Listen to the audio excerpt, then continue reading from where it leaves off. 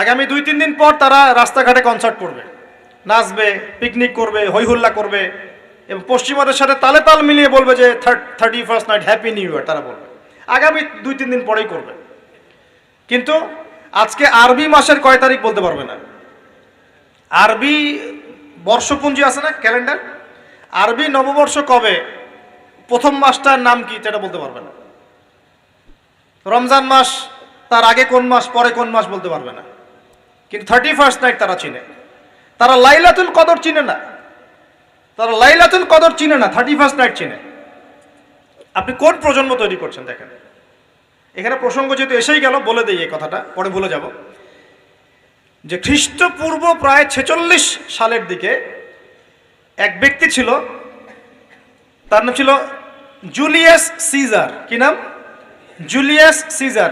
এগুলো আমি আসলে অনেকদিন আগে পড়েছি, আমার মাথায় এত লাইভলি নাই, আর এগুলোর চর্চা করা আমি বন্ধ করে দিয়েছি। আমাদের ফিলোসফির কিছু বই ছিল, এগুলোতে হিস্ট্রিগুলো ঘাটা ছিল সবগুলো, আর হিস্ট্রির একজন গভীর ছাত্র। তো এই জুলিয়াস সিজার নামক এক ব্যক্তি ছিল, যে আসলে সিজার নামক এক দেবতার উপাসনা করত। কথা বুঝতে পারছেন? ওদের অনেক দেবতা ছিল, এরকম একটা দেবতার নাম ছিল সিজার। ওর নামে সে নামকরণ রেখেছে জুলিয়াস সিজার। এই নক্ষত্র পূজারী ছিল, তারার পূজা করত। কথা বুঝতে পারছেন? তো তারার পূজা যে করে সে কি তাওহীদপন্থী না মুশরিক? বলেন, সে কি ইমানদার না কাফের, কোনটা? এখন সে একটা ক্যালেন্ডার ফর্ম করেছিল, এর নাম হলো এই গ্রেগরিয়ান ক্যালেন্ডার বলে। আর এখানে প্রথম বর্ষ যেটা, এই প্রথম বর্ষতে উৎসব পালন করা শুরু করেছে এই জুলিয়াস সিজার নামক এই ব্যক্তি প্রথম, এবং সে সমাজ এটা চালু করে দিয়েছিল। এরপরে আরো পরে প্রায় খ্রিস্টের জন্মের 800 বছরের দিকে পারস্যের এক সম্রাট ছিল, তার নাম ছিল মনে হয় জামশিদ। তো এই ব্যক্তি একজন সম্রাট ছিলেন। তো সে আবার এরকম বর্ষ বরণের জন্য একটা মানে উৎসবের আয়োজন করে, তার নাম দিয়েছিল নওরোজ। কি নাম দিয়েছে? নওরোজ, মানে বর্ষ বরণ উৎসব। এভাবে এই পারস্য উপমহাদেশে পুরো জায়গাটায় এই নববর্ষ পালনের সংস্কৃতি চলে আসে। এগুলো হতে হতে হতে আজকে যে দেখছেন আপনি 31st নাইট, এই যে গ্রেগরিয়ান ক্যালেন্ডার, যেটা মানে পশ্চিমারা সারা বিশ্ব শাসন করেছে না। যখন ব্রিটেন সারা বিশ্বকে শাসন করছিল, আমাদের এখানে ওদের দখল ছিল না। পলাশির যুদ্ধের হিস্ট্রি জানেন না? কত বছর এখানে শাসন করেছে? প্রায় 200 বছর এরা এখানে শাসন করে নাই। নবাব সিরাজউদ্দৌলার পতনের পর থেকে প্রায় 200 বছর এই ভারতীয় উপমহাদেশ তারা শাসন করেছে না। এখানে এই গ্রেগরিয়ান ক্যালেন্ডার ছড়িয়ে দেওয়া হয়েছে। এখন আমরা এই যে 31st নাইটের উৎসবটা পালন শুরু করছি। এটা কি আমাদের উৎসব? এটা কি মুসলমানদের? কাদের হলো তাহলে? পশ্চিমাদের, রোমকদের, পশ্চিমাদের, যাদের সাথে ইসলামের দূর দূর পর্যন্ত কোনো সম্পর্ক নাই। আর নবী সাল্লাল্লাহু আলাইহি ওয়াসাল্লাম কি বলছেন শোনেন। আল্লাহ নবী বলছেন তোমাদের জন্য আনন্দের উৎসব দুইটা। কয়টা? একটা ঈদুল ফিতর, রমজান মাসের সম সাধনার পরে, কিয়ামুল লাইলের পরে, তারাবির পরে, তাহাজ্জুদের পরে, কোরআন খতম দেওয়ার পরে, যাকাত ফিতর দেওয়ার পরে, ত্যাগের এই মাসের পর আমরা একটা আনন্দ করি, ঈদুল ফিতর। করি কি না? সবাই আনন্দ ভাগাভাগি করে নেই, আলহামদুলিল্লাহ। ওই দিন আল্লাহ পাক কি করেন? আল্লাহ পাক রমজানের রোজাদার যারা ছিলেন সবাইকে মাফ করে দেন, আলহামদুলিল্লাহ। মুক্তি পাই আমরা, নাজাত পেয়ে যাই। উৎসব এটা আমাদের, আনন্দ, খুশি আমাদের। আরেকটা হচ্ছে ঈদুল আজহা, যখন ওই যে ইসমাইল আলাইহিস সালামকে যে কুরবানি করার মহান স্মৃতি, সেই স্মৃতিকে স্মরণ করে আমরা ইব্রাহিমী চেতনায় আবার কি করি? ঈদুল আজহার এই পশু কুরবানির মধ্য দিয়ে নিজের পশুত্বকে কুরবানি দেই, আল্লাহর সামনে আমরা আত্মসমর্পণ করি। করি কি না? এই দুইটা হচ্ছে আমাদের উৎসব। এগুলো বাদ দিয়ে নবীজি বলছেন মান তাশাব্বাহা বিকওমিন ফাহুয়া মিনহুম।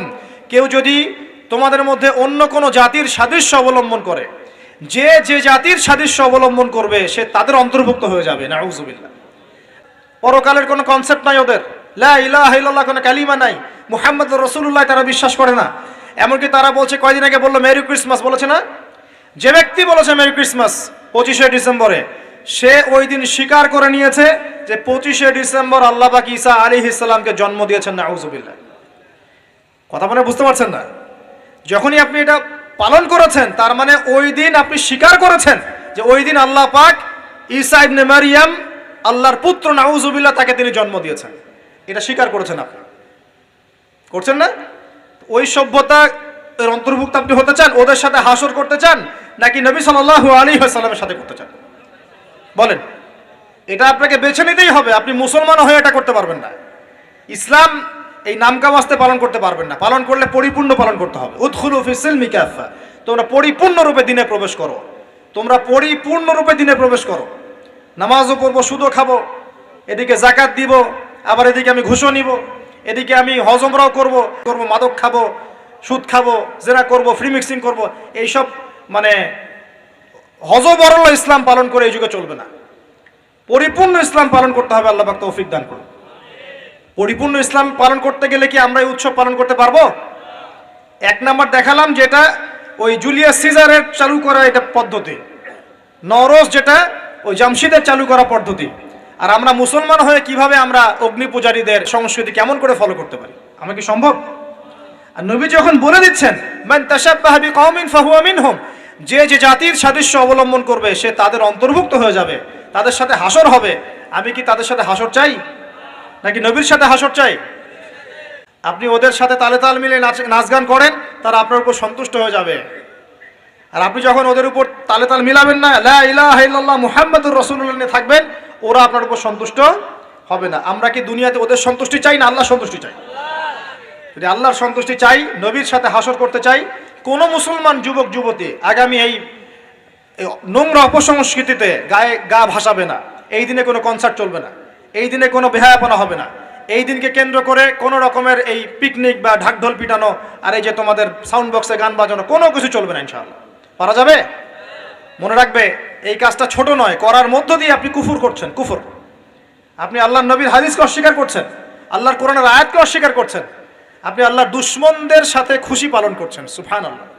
আল্লাহর যে দুশ্মনরা সারা বিশ্বে মুসলিমদের উপর নির্যাতনের স্টিম রোলার চালাচ্ছে, ওদের সাথে তালে তাল মিলিয়ে আপনি বলছেন হ্যাপি নিউ ইয়ার, মাশাআল্লাহ, আস্তাগফিরুল্লাহ, তওবা আস্তাগফিরুল্লাহ, আল্লাহ পাক মাফ করুন।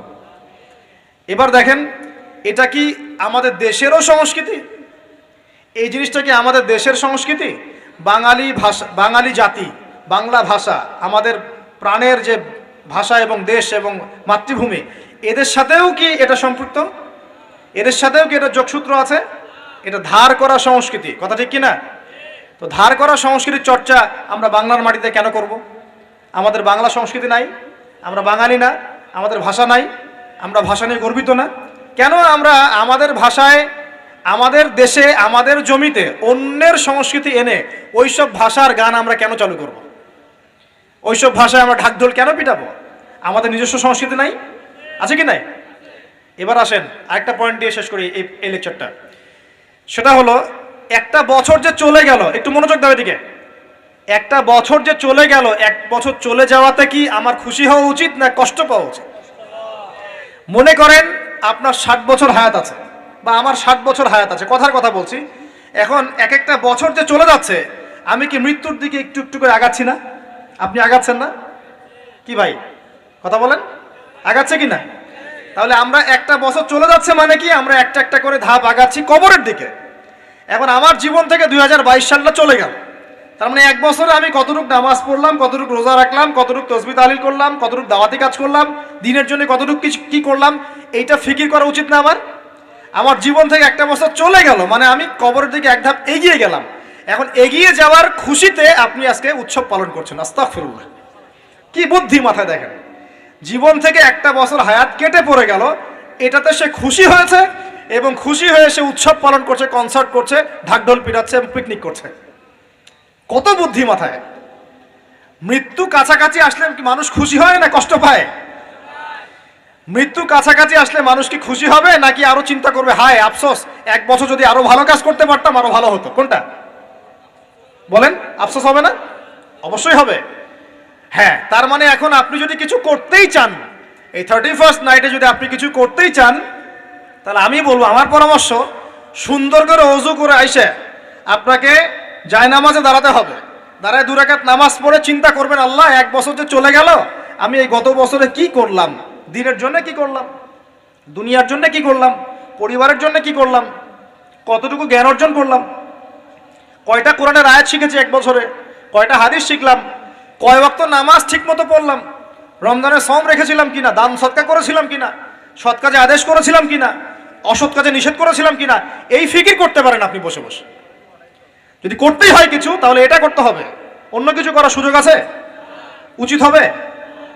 একই তো আমাদের দেশের সাথে এই সংস্কৃতি কোনো সম্পর্ক নাই, এটা দেশদ্রোহিতাও হচ্ছে, আবার ইসলামের সাথেও এর দূরত্ব কোনো সম্পর্ক নাই, ইসলামের সাথে দ্রোহিতা করা হচ্ছে।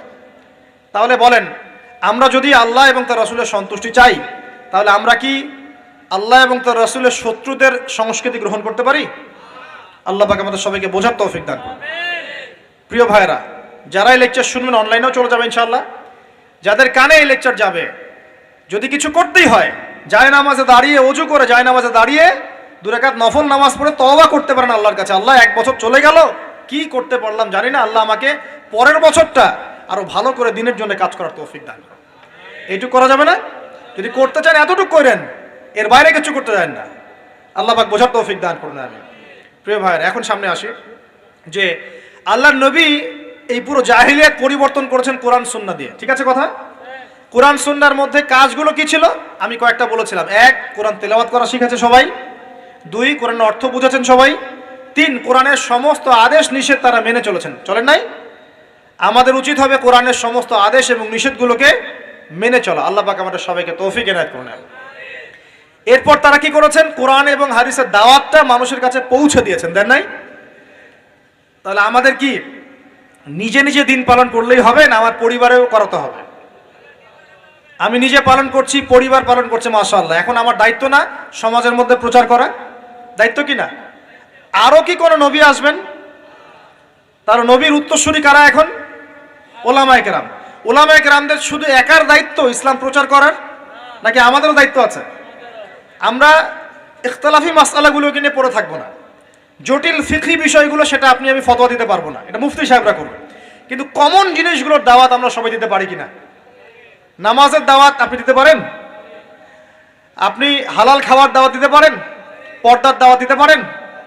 আপনি এটা দাওয়াত দিতে পারেন যে আমরা সবাই 5 ওয়াক্ত নামাজ পড়বো, রোজা রাখবো, সামর্থ্য হলে হজ করবো, জাকাত দিব, এইটুক দাওয়াত তো আপনি দিতে পারেন কিনা?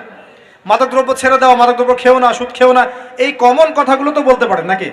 বাল্লিগু আন্নী ওয়ালাউ আয়া, একটা আয়াতও যদি জানো তোমরা সেটা প্রচার করো। যদি আমরা সবাই মিলে দিন প্রচার না করি, দিনের অবস্থা আস্তে আস্তে কিন্তু সংকুচিত হয়ে আসছে। আপনারা কি বুঝতে পারছেন না যে অন্য ধর্মগুলো আস্তে আস্তে ছড়িয়ে পড়ছে? আমাদের এই গাফেলতির কারণে আজকে বহু মুসলিম ধর্মহীন হয়ে যাচ্ছে, হচ্ছে না? সত্য কথা বলেন, হচ্ছে কিনা? টাকার লোভে, চাকরির লোভে, হচ্ছে কিনা? এটা আমাদের গাফেলতি না? অতএব আমাদের সবাইকে শুধু আলেম ওলামার উপর দায়িত্ব ছেড়ে না দিয়ে আমাদের সবাইকেই দিনের দাওয়াতের, আম দাওয়াতের কাজ সবাইকে করতে হবে। আল্লাহ পাক তৌফিক দান করুন। শুধু একদিনের ওয়াজ মাহফিল দিয়ে সব হবে? আজকে আমি আসলাম, হাতে 1 বছর আপনার সাথে আমার দেখা হবে না হয়তোবা, তাহলে কি এখানেই শেষ? একটা ওয়াজ মাহফিল দিয়ে সব হবে? ওয়াজের কথাগুলো সবাই শুনবো এবং মানার চেষ্টা করবো ইনশাআল্লাহ, এবং সবাই মিলে আমরা আমলও করব, মানুষকে আমলের দিকে ডাকবো ইনশাআল্লাহ, আর সৎ কাজে আদেশও করব, অসৎ কাজগুলোতে বাধাও দিব ইনশাআল্লাহ। আল্লাহ পাক তৌফিক দান করুন, আমিন। এখন আস্তে আস্তে ফিনিশিং এর দিকে আসি। দেখুন আল্লাহ পাক তার নবীর মধ্য দিয়ে দিনটা প্রতিষ্ঠা করেছেন কিনা। দিন কি শুধু নবী সাল্লাল্লাহু আলাইহি ওয়াসাল্লাম একাই পালন করেছেন, না সমাজে প্রতিষ্ঠা করেছেন? এখন আমাদের কি একা একা পালন করলেই হবে, না সমাজে প্রচার প্রসার করতে হবে? আচ্ছা, তাহলে আগে কিছু বিষয় জানতে হবে। 1, আল্লাহ রাব্বুল আলামিন যে দিনটা দিয়েছেন, এই দিনটা পরিপূর্ণ দিন। কিরকম দিন? এই দিনের মধ্যে কিছু ঢোকানোর সুযোগ আছে? বের করার কোনো সুযোগ আছে? নাই। দিন ইসলাম পরিপূর্ণ কিনা উত্তর আল্লাহ পাক দিয়েছেন সূরা মাইদার মধ্যে। কোন সূরা? সূরা মাইদা 3 নম্বর আয়াত। আল্লাহ পাক বলছেন, এই আয়াতগুলো বাসায় পড়ে দেখবেন। আল্লাহ পাক বলছেন, আল ইয়াউমা আকমালতু লাকুম দীনাকুম, আজকে আমি তোমাদের জন্য দিন ইসলামকে পরিপূর্ণ করে দিলাম। ওয়া আতমামতু আলাইকুম নি'মাতি, তোমাদের উপর আমার নিয়ামতকে পূর্ণতা দান করলাম। ওয়া রাদিতু লাকুমুল ইসলাম দীনান, তোমাদের উপর দিন ইসলামকে মনোনীত করে আমি আল্লাহ সন্তুষ্ট হয়ে গেলাম। বলি সুবহানাল্লাহ। তার মানে আল্লাহ পাক দিন ইসলামকে পরিপূর্ণ করেছেন। কিছু ঢুকাতে পারবো? কিছু বের করতে পারবো? পারবো না। এবার আসেন, এই পরিপূর্ণ দিন ইসলাম ছাড়া অন্য কোনো দিন আল্লাহ গ্রহণ করবেন কিনা?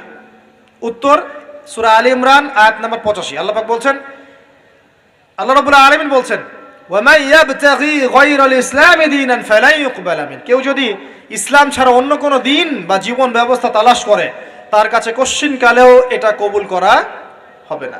তার মানে ইসলাম ছাড়া অন্য কোনো দিন যদি কেউ চর্চা করি, আল্লাহর কাছে কশ্চিন কালেও সেটা গ্রহণযোগ্য হবে না। আর এই ইসলাম আল্লাহর কাছে একমাত্র গ্রহণযোগ্য দিন, যেটা আল্লাহ পাক বলছেন সূরা আলে ইমরানের 19 নম্বর আয়াত। আল্লাহ পাক বলছেন ইন্না দীনা ইনদাল্লাহিল ইসলাম, আল্লাহর কাছে একমাত্র গ্রহণযোগ্য দিন কি?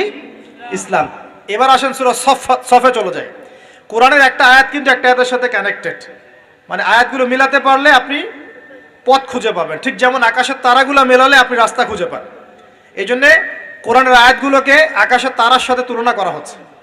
ফালা উকসিমু বিমাওয়াকিন নুজুম ওয়া ইন্নাহু লাকাসামুন লাউ তা'লামুনা আযীম ইন্নাহু লাকুরআনুন কারীম ফি কিতাবিন মাকনুন।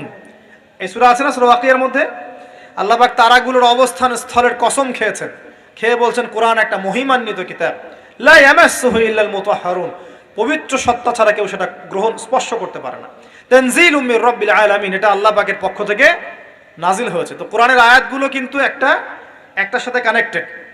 তো এটাই বলছিলাম যে ইসলাম পরিপূর্ণ দিন, এটাই আল্লাহর কাছে একমাত্র গ্রহণযোগ্য দিন, এর বাইরে কোনো দিন তালাশ করলে কবুল করা হবে না। আর ইসলাম শুধু ব্যক্তি জীবনে পালন করার জন্য আসে নাই, বরং পুরো জীবনের সমস্ত ক্ষেত্রে পালন করার জন্য এসেছে। কোথায় দলিল? সূরা আলে ইমরান আয়াত নাম্বার 102। কত নম্বর আয়াত? আল্লাহ পাক বলছেন ইয়া আইয়ুহাল্লাযীনা আমানু, হে মুমিনগণ, আমাদেরকে বলছেন হে মুমিনগণ, ইত্তাকুল্লাহ, তোমরা আল্লাহকে ভয় করো। কাকে ভয় করো? আল্লাহকে ভয় করো। হাক্কা তুকাতিহ, পরিপূর্ণরূপে ভয় করো, ভয় করার মতো করে ভয় করো।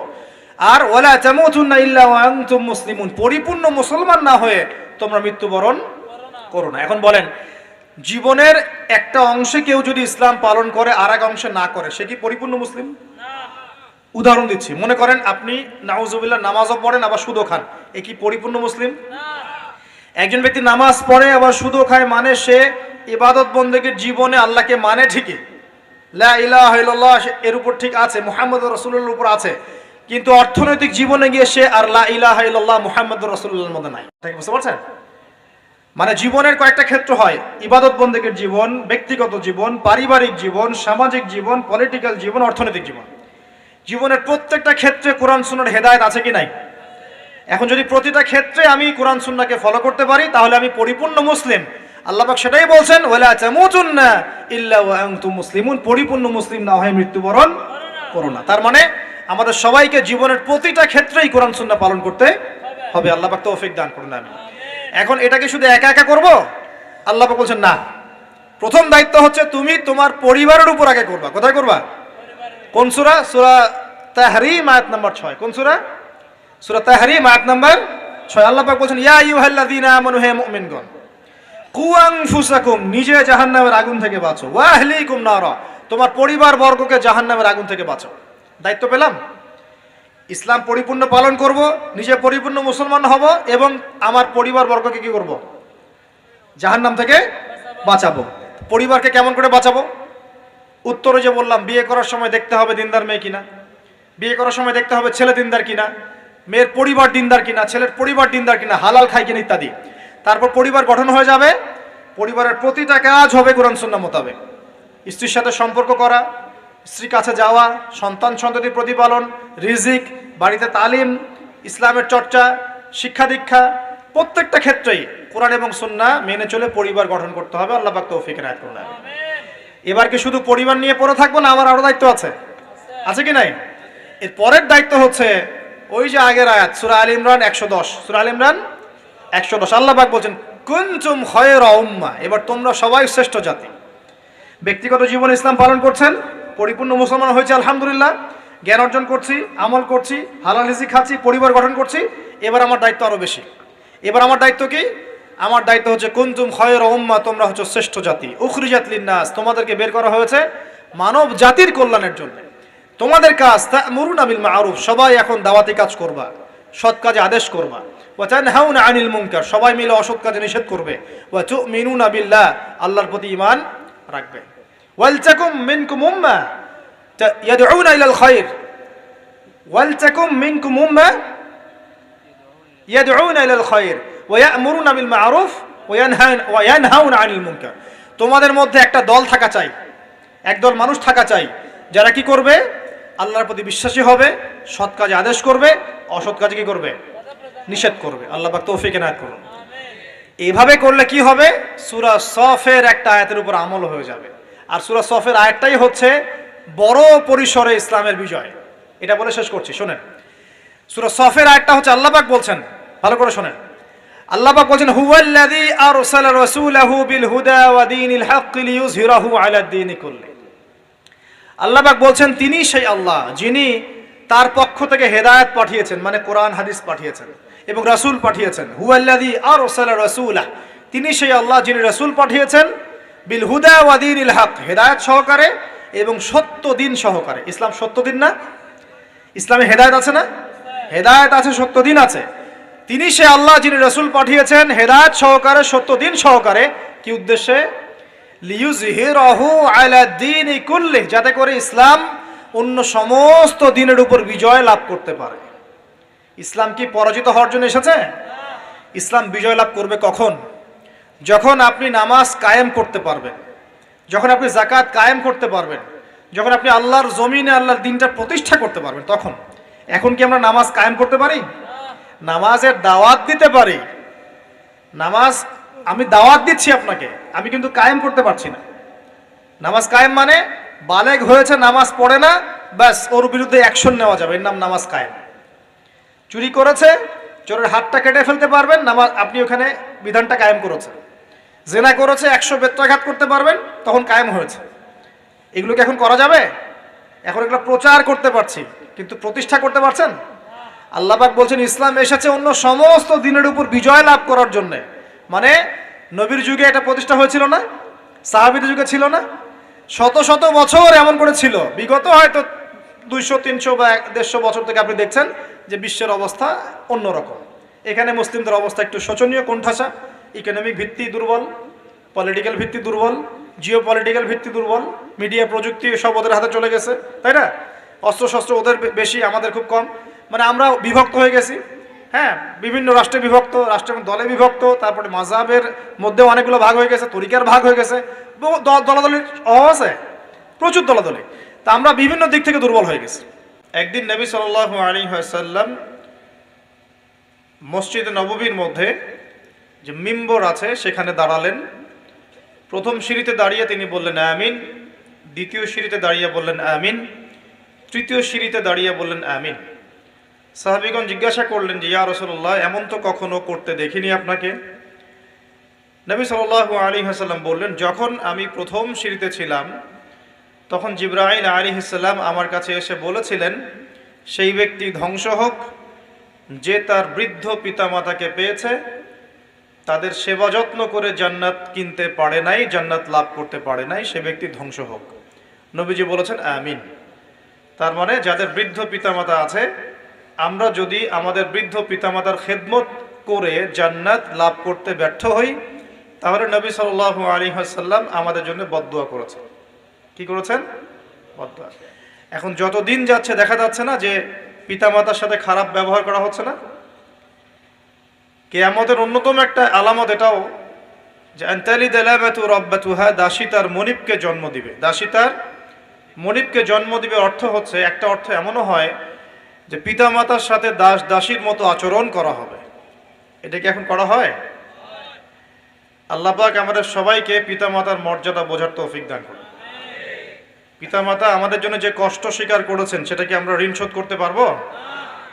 এই জন্য আসুন প্রথমে একটা দোয়া করি, আমরা বলি আল্লাহুম্মা রব্বির হামহুমা কামা রব্বায়ানি সগীরা, আমিন।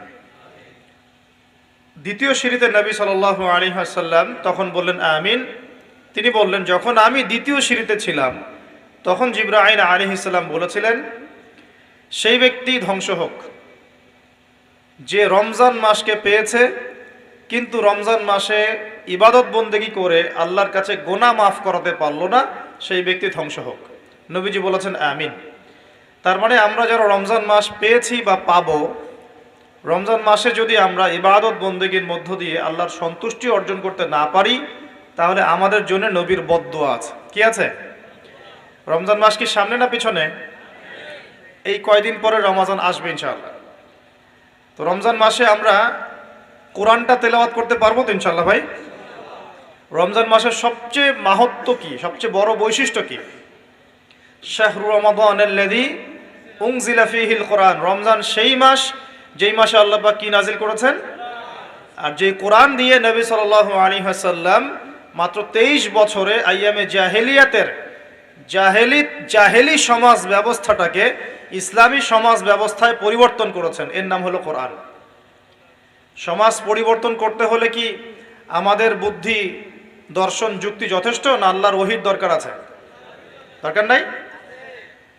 সমাজ পরিবর্তন করতে হলে আল্লাহ পাকের ওহী লাগবেই। ওহী বাদ দিয়ে সমাজ পরিবর্তন করা কখনোই সম্ভব না। সম্ভব? আচ্ছা, আর আল্লাহ পাকের সর্বশেষ ওহী কোনটা? আল কোরআন নয় কি? কোরআনের ব্যাখ্যায় আছে নবীর হাদিস। কোরআন এবং হাদিস দিয়ে নবী সাল্লাল্লাহু আলাইহি ওয়াসাল্লাম 23 বছরের মধ্যে আইয়ামে জাহেলিয়াতের সমস্ত জাহেলিয়াতকে দূর করেছিলেন কি করেন নাই? করেছিলেন। তাহলে সেই কোরআন কি এখন আমাদের হাতে নাই? সেই নবীর সুন্নত নাই? সেই আল্লাহ পাক কি জীবিত নাই? শুধু আমাদের মধ্যে সেই তেজ দীপ্ত ঈমানটা এখন বাকি নাই। যদি সেই ঈমান আমাদের মধ্যে থাকতো তাহলে আল্লাহ রাব্বুল আলামিনের সাহায্য নিয়ে তার আসমানি কিতাবের মাধ্যমে এবং নবীর সুন্নতের বাস্তবায়নের মাধ্যমে আজকেও সম্ভব ছিল সমাজের সমস্ত জাহিলিয়াতগুলো দূর করা। আপনারা শুনলে অবাক হবেন, নবী সাল্লাল্লাহু আলাইহি ওয়াসাল্লামের সময় সমাজের মধ্যে শিরকের পাপ ছিল। কিসের পাপ? এখন আপনি মুসলিম সমাজের রন্ধ্রে রন্ধ্রে দেখবেন শিরিক ঢুকে গেছে। ঢোকে নাই? ঢুকেছে। মুসলিমরা এখন চিন্তার ক্ষেত্রে শিরিক করে, কথায় শিরিক করে, কাজে শিরিক করে, করে না? যার আমল নামায় শিরকের পাপ থাকবে না, তার আমল নামায় যদি অন্য বড় বড় গোনাও থাকে আল্লাহ পাক তার সমস্ত গোনা মাফ করতে পারেন ইনশাআল্লাহ। কিন্তু আল্লাহ পাক বলছেন শিরকের গোনা নিয়ে আমার সামনে হাজির হলে আল্লাহ পাক সূরা নিসার মধ্যে বলছেন ইন্নাল্লাহা লা ইয়াগফিরু আন ইউশরাকা বিহি ওয়া ইয়াগফিরু মা দুনা যালিকা লিমান ইয়াশা। আল্লাহ পাক তার সাথে শিরকের গুনাহ মাফ করেন না, এছাড়া যে কোনো গুনাহ যাকে ইচ্ছা মাফ করতে পারেন। আমাদের জানার প্রয়োজন নাই শিরক কাকে বলে, কত প্রকার, কি কি, ওইদিকে আসছি, একটু সময় দেন। তো নবী সাল্লাল্লাহু আলাইহি ওয়াসাল্লামের সময় কিন্তু শিরকের পাপটা ছিল, এখনো আছে। নবীর যুগে আইয়ামে জাহেলিয়াতের সময়ে সমাজে সুদের প্রচলন ছিল, এখনকার সমাজে নাই? আছে না নাই? সুদ নিয়ে কথা বললে কি সমস্যা? কোন কোন মাহফিল আগে বলে দেয় কানে কানে, সব বলিয়েন, সুদ বলিয়েন না। বিভিন্ন জায়গায় বিভিন্ন অভিজ্ঞতা হচ্ছে আর কি। কোন কোন জায়গায় গেলে বলে দেয় যে সব বলিয়েন, সুদ নিয়ে কথা বলেন না। সব বলেন, ইসলামের বিরোধী শক্তি নিয়ে কোনো কথা বলেন না। সব বলেন, কোন ইকোনমিক্স নিয়ে কোনো আলাপ করেন না। যা ইচ্ছা বলেন, পলিটিক্যাল কোনো ইস্যু তুলেন না। কানে কানে আগে বলে দেওয়া হয়। তো এখন সব যদি ফিক্স করে দেওয়া হয় বক্তাকে, বক্তা বলবেটা কি? নাকি আমাকে কোরআন সুন্নাহ গবেষণা করে আমি যেটা বা বুঝবো, যেটা প্রয়োজন সেটা তো আমাকে বলতে হবে নাকি? যদি কোরআন এবং সুন্নাহর হক কথাগুলো সবার সামনে উপস্থাপন না করি, জ্ঞান আসার পরেও আল্লাহ পাক কি ছাড়বেন? দুনিয়াতে পার পেয়ে গেলে আল্লাহ পাক কি ছাড়বেন? আর দাওয়াত দেওয়ার ক্ষেত্রে কি শুধু ফজিলতের কথাই বলতে হবে, না অন্যায় থেকে নিষেধ করতে হবে? শুধু কি সৎ কাজের আদেশ করলেই হবে, না অসৎ কাজেও নিষেধ করতে হবে? বলেন তো। আল্লাহ পাক কি বলছেন? কুনতুম খায়রা উম্মাহ, তোমরা হচ্ছে শ্রেষ্ঠ জাতি। কারা শ্রেষ্ঠ জাতি? আমরা, উম্মতে মুহাম্মাদি হচ্ছে শ্রেষ্ঠ জাতি। কেন শ্রেষ্ঠ? কারণ তোমাদেরকে তিনটা কাজ করতে হবে। কয়টা কাজ? তা'মুরুনা বিল মা'রুফ, তোমরা সৎ কাজের আদেশ করবে। এক, সৎ কাজের আদেশ মানে নামাজ পড়েন ভাই, নামাজ পড়লে এই হবে। রোজা রাখেন, যাকাত দেন, হজ করেন, উমরা করেন, তাসবিহ তাহলিল করেন, জিকির আজগার করেন, কোরআন তেলাওয়াত করেন, এগুলো ভালো কাজ না? তা'মুরুনা বিল মা'রুফ, তোমরা ভালো কাজে আদেশ করবে। দুই, ওয়া তানহাউনা আনিল মুনকার, তোমরা একই সাথে মন্দ কাজে নিষেধও করবে। তা'মুরুনা বিল মা'রুফ ওয়া তানহাউনা আনিল মুনকার। আল্লাহ পাক বলেন নাই তা'মুরুনা বিল মা'রুফ ফাতানহাউনা আনিল মুনকার। ওয়া মানে কি? এবং। ওয়া মানে কি? এবং। ইল্লাল্লাযীনা আমানু ওয়া আমিলুস সলিহাত, তারা নয় যারা ঈমান এনেছে এবং সৎ আমল করেছে। ওয়া তাওয়াসাউ বিল হক, এবং পরস্পরে সত্যের উপদেশ দিয়েছে। ওয়া তাওয়াসাউ বিস সাবর, এবং পরস্পরে হকের উপদেশ দেওয়ার পাশাপাশি ধৈর্যের উপদেশ দিয়েছে। এখানে ওয়া ওয়া ওয়া মানে এবং এবং এবং, মানে একই সাথে আপনাকে এগুলো চারটাই করতে হবে: ঈমান, আমল সালেহ, হকের দাওয়াত, সবর। এখানে আল্লাহ পাক কি বলছেন? কুনতুম খায়রা উম্মাহ উখরিজাত লিন-নাস তা'মুরুনা বিল মা'রুফ ওয়া তানহাউনা আনিল মুনকার, তোমরা সৎ কাজে আদেশ করবে এবং একই সাথে অসৎ কাজে কি করবে? নিষেধ। অসৎ কাজ কেমন? ভাই মিথ্যা কথা বলেন না, অসৎ কাজ, নিষেধ করলাম। ভাইয়া শিরিক করেন না, নিষেধ করলাম, অসৎ কাজ। সুদ খায়েন না, অসৎ কাজ না সুদ খাওয়া? জেনা করেন না, মাদকদ্রব্য সেবন করেন না, হ্যাঁ, নারী পুরুষের অবাধ মেলামেশায় যায় না, বেপর্দায় চলেন না। অন্যায় কাজেও তো নিষেধ করতে হবে নাকি? নাকি শুধু সৎ কাজে আদেশ করলে হবে? তাহলে কি হবে? যদি শুধু সৎ কাজে আদেশ করলেই হতো, তাহলে আমাদের নবী সাল্লাল্লাহু আলাইহি ওয়াসাল্লামের চেয়ে কি ভদ্র, নম্র, শ্রেষ্ঠ কোনো মানুষ পৃথিবীতে ছিল? আসবে? আছে? আপনি যদি নবীর জীবনী একবার পড়ে দেখেন, শুধু আর রাহিকুল মাখতুম বইটা পড়ে দেখেন, আল্লামা সফিউর রহমান মোবারকপুরি রহিমাহুল্লাহর বই, প্রায় 1182টা বইয়ের মধ্যে প্রথম পুরস্কার প্রাপ্ত বই। এই বইটা যদি পড়েন, জীবনী গ্রন্থ সিরাত নবী সাল্লাল্লাহু আলাইহি ওয়াসাল্লামের, দেখবেন আল্লাহর নবীকে সারা জীবনে কমপক্ষে 15টা গালি খেতে হয়েছে। কয়টা? এত ভালো মানুষের কেন গালি খেতে হলো? যিনি সবচেয়ে শ্রেষ্ঠ চরিত্রের অধিকারী, তাকে এতগুলো গালি কেন খেতে হলো? তাকে মানুষ বলেছে পাগল, নাউজুবিল্লাহ। মানুষ বলেছে মিথ্যাবাদী। মিথ্যাবাদী না, কাযযাব, মানে মহা মিথ্যাবাদী। কাযিব না, কাযযাব, মহা মিথ্যাবাদী। মানুষ বলেছে মাজনুন, পাগল হয়ে গেছে। মানুষ বলেছে সাহের, জাদুকর। মানুষ বলেছে ফারিকুল জামা, জামাত বিভক্তকারী, ইত্যাদি। এরকম প্রায় 10টা থেকে 15টা গালি সারা জীবনে নবী সাল্লাল্লাহু আলাইহি ওয়াসাল্লামকে মানুষ দিয়েছে। তো সবচেয়ে শ্রেষ্ঠ মানুষকে কেন গালি খেতে হলো? নবী যদি সারা জীবন সৎ কাজে আদেশ করতেন, কেউ কি তার বিরুদ্ধে দাঁড়াতো কখনো? বলেন। আর সারা জীবনে তাকে মোট 16 বার হত্যা করার চেষ্টা করা হয়েছে। কতবার? কাবা ঘর যেদিন বিজয় হয়েছে, মক্কা বিজয়ের দিন, নবী সাল্লাল্লাহু আলাইহি ওয়াসাল্লাম তাওয়াফ করছেন। এই তাওয়াফ করা অবস্থাতেও একজন চাকু দিয়ে হামলা করার চেষ্টা করেছে, নবী ধরে ফেলেছেন। আরেকদিন নবী সাল্লাল্লাহু আলাইহি ওয়াসাল্লাম দেয়ালে হেলান দিয়ে বসে আছেন, বনু নজির গোত্রে। ছাদের উপর থেকে পাথর ফেলে তাকে হত্যা করার চেষ্টা করা হয়েছে। আরেকদিন নবী সাল্লাল্লাহু আলাইহি ওয়াসাল্লাম হিজরত করে যাচ্ছেন মক্কা থেকে মদিনায়। 100 উট দেয়া হবে যে নবীর মাথাকে নিয়ে আসতে পারবে জীবিত অথবা মৃত, ঘোষণা করে নাই? 100 উট কি কম কথা মনে করেছেন? 100 উট দিয়ে এখন একটা জেলা কিনে ফেলা যেতে পারে। হয়তো বেশি বলে ফেললাম নাকি ভাই? এত হবে না হয়তো। 100 উট মানে কিন্তু অনেক কিছু। একটা উটের দাম কত? বেশি দাম না? 100টা উট দেয়া হবে যে নবীকে জীবিত বা মৃত নিয়ে আসতে পারবে। তাহলে বিশাল পুরস্কার না এটা? তো কেন তাকে হত্যা করার জন্য এত বড় পুরস্কার দেওয়া হলো? আরেকদিন নবী সাল্লাল্লাহু আলাইহি ওয়াসাল্লাম নামাজ পড়ছেন কাবা ঘরে, তার ঘাড়ের উপরে কাপড় বা চাদর রশি দিয়ে এবার পেঁচিয়ে তার গলায় ফাঁস দেওয়ার চেষ্টা করা হয়েছে। আর এটা তো আপনারা জানেনই যে নাড়ি ভুঁড়ি চাপিয়ে দেওয়া হয়েছে ঘাড়ের উপরে। আরেকদিন নবী সাল্লাল্লাহু আলাইহি ওয়াসাল্লাম মদিনায় বসে আছেন, মক্কা থেকে একজন ভাড়াটে খুনি গিয়েছে মদিনায় তাকে হত্যা করতে। চাকু তরোয়াল ভিতরে ছিল, নবীর সামনে গিয়ে বসেছেন। আর আল্লাহ পাক তাকে ওহীর মাধ্যমে জানিয়ে দিয়েছেন এই ব্যক্তি কেন এসেছেন। সুবহানাল্লাহ, আল্লাহ পাক ওহীর মাধ্যমে আগেই জানিয়ে দিয়েছেন এই কেন এসেছেন। নবী সাল্লাল্লাহু আলাইহি ওয়াসাল্লাম হাসছেন আর বলছেন কি, মক্কার হাতিমে বসে বসে আমাকে হত্যা করার পরিকল্পনা করেছিলে? ওই ব্যক্তির সাথে সাথে অস্ত্র ফেলে দিয়ে বলছে আশহাদু আল্লা ইলাহা ইল্লাল্লাহ ওয়া আন্নাকা রাসূলুল্লাহ, আমি সাক্ষ্য দিচ্ছি আল্লাহ ছাড়া কোনো মাবুদ নয় আর আপনি আল্লাহর রাসূল। এই কথা তো আমি আর সেই ব্যক্তি ছাড়া কেউ জানে না। তো নিঃসন্দেহে এই ব্যক্তি রাসূল, যাকে আল্লাহ পাক জানিয়ে দিয়েছেন। ওই ব্যক্তি মুসলমান হয়ে গেল, আলহামদুলিল্লাহ। এরকম প্রায় 16 বার নবী সাল্লাল্লাহু আলাইহি সাল্লামকে মানুষ হত্যা করার চেষ্টা করেছে। কেন? যদি সারা জীবন তিনি ফজিলতের কথা বলে বেড়াতেন, সৎ কাজের আদেশ করতেন, মানুষ কি তার শত্রু হতো? যখন তিনি সৎ কাজে আদেশের সাথে সাথে অন্যায় নিষেধ করা শুরু করেছেন, তখন মানুষ তার শত্রু হয়ে গেছে। আর আপনি আমি যদি এই যুগে ওই দাওয়াতি কাজ করতে চাই, একই পরিণতি বরণ করতে হবে, কোনো বিকল্প কিছু নাই। আর হ্যাঁ, যদি আমরা গোলালু মার্কা দাওয়াত শুরু করি, মানে সব তরকারিতে চলে, যখন যেখানে যাব সেই রূপে দাওয়াত হবে, তাহলে জীবনেও কোনো সমস্যা আসবে বলে মনে হয় না। তো ওইদিকে ভিতরে না যাই। নবী সাল্লাল্লাহু আলাইহি ওয়াসাল্লাম যে যুগে ছিলেন, ওই যুগে শিরক ছিল, ওই যুগে সুদ ছিল, ওই যুগে মাদক দ্রব্যের ব্যাপক প্রচলন ছিল, ওই যুগে মেয়েদের অধিকার দেয়া হতো না খুব বেশি। মেয়েদেরকে জীবন্ত কবরও দেয়া হয়েছে, শিশু বাচ্চাকে। আর বৈবাহিক তেমন কোনো অধিকার ছিল না।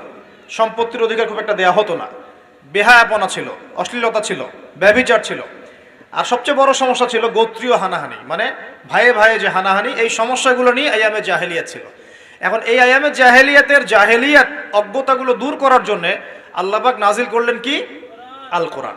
কোন মাসে? এই রমজান মাসে।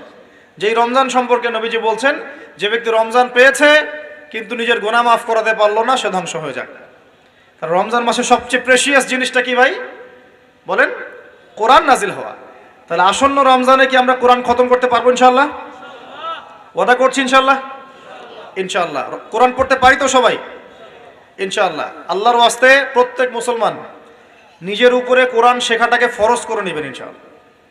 নবী বলেন নাই সাল্লাল্লাহু আলাইহি ওয়াসাল্লাম, তালাবুল ইলমি ফরিদা আলা কুল্লি মুসলিম, প্রত্যেক মুসলমানের উপর জ্ঞান অর্জন করা কি ফরজ। আল্লাহ পাক প্রথম কোন আয়াত নাজিল করেছেন?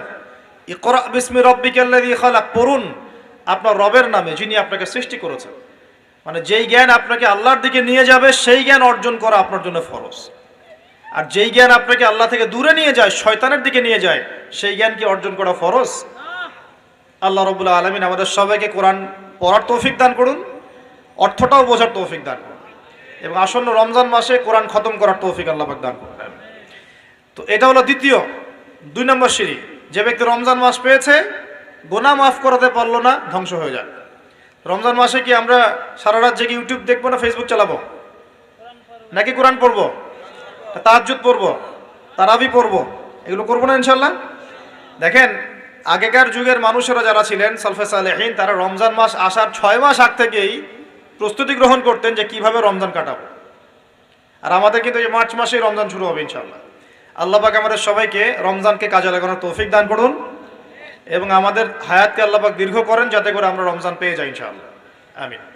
তৃতীয় সিঁড়িতে নবী সাল্লাল্লাহু আলাইহি ওয়াসাল্লাম দাঁড়িয়েছেন এবং বলছেন আমিন। এখন সাহাবীরা বলছেন, কেন ইয়া রাসূলুল্লাহ? বলেন সাল্লাল্লাহু আলাইহি ওয়াসাল্লাম, নবীজি বলছেন, যখন আমি তৃতীয় সিঁড়িতে ছিলাম তখন জিবরাইল আলাইহিস সালাম এসে আমাকে বলেছেন, সেই ব্যক্তি ধ্বংস হোক। কোন ব্যক্তি ধ্বংস হোক? যে বা যার সামনে নবী সাল্লাল্লাহু আলাইহি ওয়াসাল্লামের নাম উচ্চারিত হয়েছে, সে নবীর নাম শুনেও দরুদ পাঠ করে নাই, সে ধ্বংস হয়ে যাক। এটা কি বদদুয়া না? তাহলে আমরা নবীর নাম শুনে কি দরুদ পড়বো কি পড়বো না? নবীর নাম যখনই শুনবো এতটুকু বলবো, কমপক্ষে বলবো কি সাল্লাল্লাহু আলাইহি ওয়াসাল্লাম। আপনি কি নবী সাল্লাল্লাহু আলাইহি ওয়াসাল্লামের সুপারিশ পেতে চান? পেতে চান? হাউজে কাউসারের পানি পেতে চান? নবীর কাছাকাছি থাকতে চান? শুনুন, নবী সাল্লাল্লাহু আলাইহি ওয়াসাল্লাম বিভিন্ন হাদিসের মধ্যে বলেছেন, বিভিন্ন হাদিসে, যে ব্যক্তি দুনিয়াতে নবীর সুন্নত যত বেশি পালন করবে, নবীকে যত বেশি ভালোবাসবে, তার উপর যত বেশি দরুদ পড়বে, ইনশাআল্লাহ কিয়ামতের দিন সে নবীর তত কাছাকাছি থাকবে ইনশাআল্লাহ। আর যদি সকালবেলা 10 বার এবং সন্ধ্যাবেলা 10 বার পড়তে পারেন, আল্লাহুম্মা সাল্লি আলা মুহাম্মদ ওয়া সাল্লিম, অথবা আল্লাহুম্মা সাল্লি ওয়া সাল্লিম আলা নবিয়িনা মুহাম্মদ, ইনশাআল্লাহ নবী সাল্লাল্লাহু আলাইহি ওয়াসাল্লাম আপনার জন্য সুপারিশ করবে ইনশাআল্লাহ। সকালে 10 বার, সন্ধ্যায় 10 বার দরুদ পড়া খুব কঠিন? সকালে 10 বার, সন্ধ্যায় 10 বার দরুদ পড়তে সময় লাগবে সর্বোচ্চ 5-10 মিনিট, নাকি? অনেকে বলে না যে ভাই 1 মিনিট দাঁড়ান, 1 মিনিট সময় নষ্ট হলে কি এমন হয়, এটা মানুষ বলে না? 2 মিনিট সময় নষ্ট হলে কি এমন হয় মানুষ বলে, স্পেশালি বাঙালি জাতি এটা বেশি বলে। 2 মিনিটে আপনি একটা কোরআন খতমের নেকি পাবেন ইনশাআল্লাহ, বিশ্বাস করলেন না? 2 মিনিট লাগবে খালি বলতে কুল হুয়াল্লাহু আহাদ আল্লাহুস সামাদ লাম ইয়ালিদ ওয়া লাম ইউলাদ ওয়া লাম ইয়াকুল লাহু কুফুয়ান আহাদ। 3 বার বলতে কয় মিনিট লাগবে? বড়জোর 2 মিনিট। 2 মিনিটে 3 বার পড়া সম্ভব সূরা ইখলাস। একবার পড়বেন, কোরআনের 1/3 নেকি পেয়ে যাবেন ইনশাআল্লাহ। তাহলে 2 মিনিটে কোরআন খতম দেওয়া যায়? যায় কি যায় না? যায়, ফজিলত পাওয়া যায়। 2 মিনিটে আপনি বলতে পারেন আল্লাহুম্মা সাল্লি আলা মুহাম্মদ ওয়া সাল্লিম। আমরা বলি না যে 10 মিনিট সময় দে, 10 মিনিট সময় বস, গল্প করি। হ্যাঁ, 10 মিনিট ফোনে নষ্ট করেন, 10 মিনিট আড্ডা পিটান, বন্ধুদের সাথে আসরের মধ্যে বসে পড়েন। 10 মিনিটে আপনি কোরআনের বিশুদ্ধ সূরাগুলো পড়তে পারবেন। 10 মিনিটে কমসে কম 100 বার পড়তে পারবেন সুবহানাল্লাহ সুবহানাল্লাহ সুবহানাল্লাহ। 10 মিনিটে আপনি 100 বার পড়তে পারবেন আলহামদুলিল্লাহ। 10 মিনিটে আপনি 100 বার পড়তে পারবেন আল্লাহু আকবার। 10 মিনিটে আপনি 100 বার পড়তে পারবেন লা ইলাহা ইল্লাল্লাহ। পারা যাবে না এগুলো? 10 মিনিটে আপনি 10 বার 10 বার 20 বার দরুদ পড়তে পারবেন না? 10 মিনিটে 3 বার সূরা ইখলাস পড়তে পারবেন? 10 বার সূরা ইখলাস পড়তে পারবেন। আর 10 বার সূরা ইখলাস পড়লে জান্নাতে একটা ঘর নির্মাণ করা হয়। 10 বার সূরা ইখলাস পড়লে জান্নাতে ঘর পাওয়া যায় ইনশাআল্লাহ। তো সময়ের মূল্যায়ন করতে হবে কি হবে না? আশপাশে কি সিগারেট খাচ্ছেন নাকি কেউ? আমার নাকে সিগারেটের গন্ধ আসছে, একটু দেখবেন ভলান্টিয়ার কেউ আছেন না, পরিবেশটা নষ্ট করে না যেন। আস্তাগফিরুল্লাহ। আল্লাহ আমাদের সবাইকে যাবতীয় মাদক দ্রব্য থেকে হেফাজত করুন। সিগারেট মাদক দ্রব্য কি না?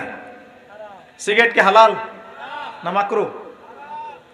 জর্দা দিয়ে পান খাওয়া কি মাকরুহ না হালাল না হারাম? শোনেন, মাদকের একটা সূত্র আছে, যে মাদকের বেশি অংশ খেলে নেশা হয় তার সামান্য পরিমাণ নেওয়াটাও হারাম। আমার কথা কি বোঝা যায়? মনে করেন যে 1 কাপ মাদক খেলে আপনার নেশা হয়, মনে করে, কথার কথা, নাউজুবিল্লাহ, আল্লাহ হেফাজত করুন, তাহলে ওই 1 কাপের 1 ফোঁটা খাওয়া আপনার জন্য কি হারাম? এটা মনে থাকবে? আল্লাহর ওয়াস্তে যারা নামাজি ব্যক্তি ভুল করেও মাদকের সামনে যাবেন না। এখানে যেহেতু প্রসঙ্গ উঠে গেল, একটা হাদিস বলে দিয়ে সামনে যাচ্ছে। আল্লাহর নবী সাল্লাল্লাহু আলাইহি সাল্লাম বলেছেন, কেউ যদি মাদকদ্রব্য সেবন করে তার 40 দিনের নামাজ কবুল হবে না। শুনলেন কি? আল্লাহর নবী বলেছেন সাল্লাল্লাহু আলাইহি ওয়াসাল্লাম, কেউ যদি মাদকদ্রব্য সেবন করে তার 40 দিনের নামাজ কবুল হবে না। সে যদি তওবা করে আল্লাহ পাক তাকে মাফ করে দিবেন ইনশাআল্লাহ। যদি আবার মাদক খায় আরো 40 দিন নামাজ কবুল হবে না। যদি আবারও তওবা করে আল্লাহ পাক তাকে মাফ করবেন ইনশাআল্লাহ। যদি আবারও মাদক খায় আবার 40 দিন নামাজ কবুল হবে না। যদি আবারও তওবা করে আল্লাহ পাক মাফ করে দিবেন ইনশাআল্লাহ। এরপরেও যদি সে মাদক দ্রব্য খায়, খেতেই থাকে, আল্লাহ রাব্বুল আলামিন কিয়ামতের মাঠে তাকে তিনাতুল খাবাল পান করাবেন। কি পান করাবেন? প্রথম শুনলেন শব্দটা তিনাতুল খাবাল। সাহাবীরা বলছেন, তিনাতুল খাবাল কি ইয়া রাসূলুল্লাহ? নবীজি বলছেন সাল্লাল্লাহু আলাইহি ওয়াসাল্লাম, জাহান্নামীদের রক্ত এবং মাংসের যে রস পুজ, এই পুজটাকে বলা হয় তিনাতুল খাবাল। আল্লাহ পাক সেটা খাওয়াবে মাদক দ্রব্য সেবনকারীদেরকে। আমরা কি খেতে যাব? আল্লাহর ওয়াস্তে মাদক দ্রব্যের সাথে সংশ্লিষ্ট হবেন না। সিগারেট ধরবেন না, তাহলে বড় বড় মাদক আপনি নিতে পারবেন না ইনশাআল্লাহ। যারা সিগারেট খাওয়া শুরু করে আস্তে আস্তে গাঁজা, ইয়াবা, ফেন্সিডিল সবই খেতে শুরু করে। যুব সমাজ কি ওয়াদা করতে পারবেন জীবনে কোনোদিন মাদক দ্রব্য সেবন করবেন না? ওয়াদা করা যাবে ইনশাআল্লাহ? আল্লাহ পাক কবুল করে নিন, আমিন। আজকে 2টা ওয়াদা করেছেন। 1, রমজান মাসে কোরআন খতম করবেন, ঠিক আছে, এবং কোরআন তেলাওয়াত করা সবাই শিখবেন ইনশাআল্লাহ, ঠিক আছে। 1। 2 নাম্বার, মাদক দ্রব্যের সাথে জীবনেও সম্পর্ক রাখবেন না। আরেকটা ওয়াদা করে নেন, আজকের ওয়াজ শোনার পর থেকে 5 ওয়াক্ত নামাজ কোনোদিন ছাড়বেন না। ছাড়বেন? আল্লাহ পাক কবুল করুন, আমিন।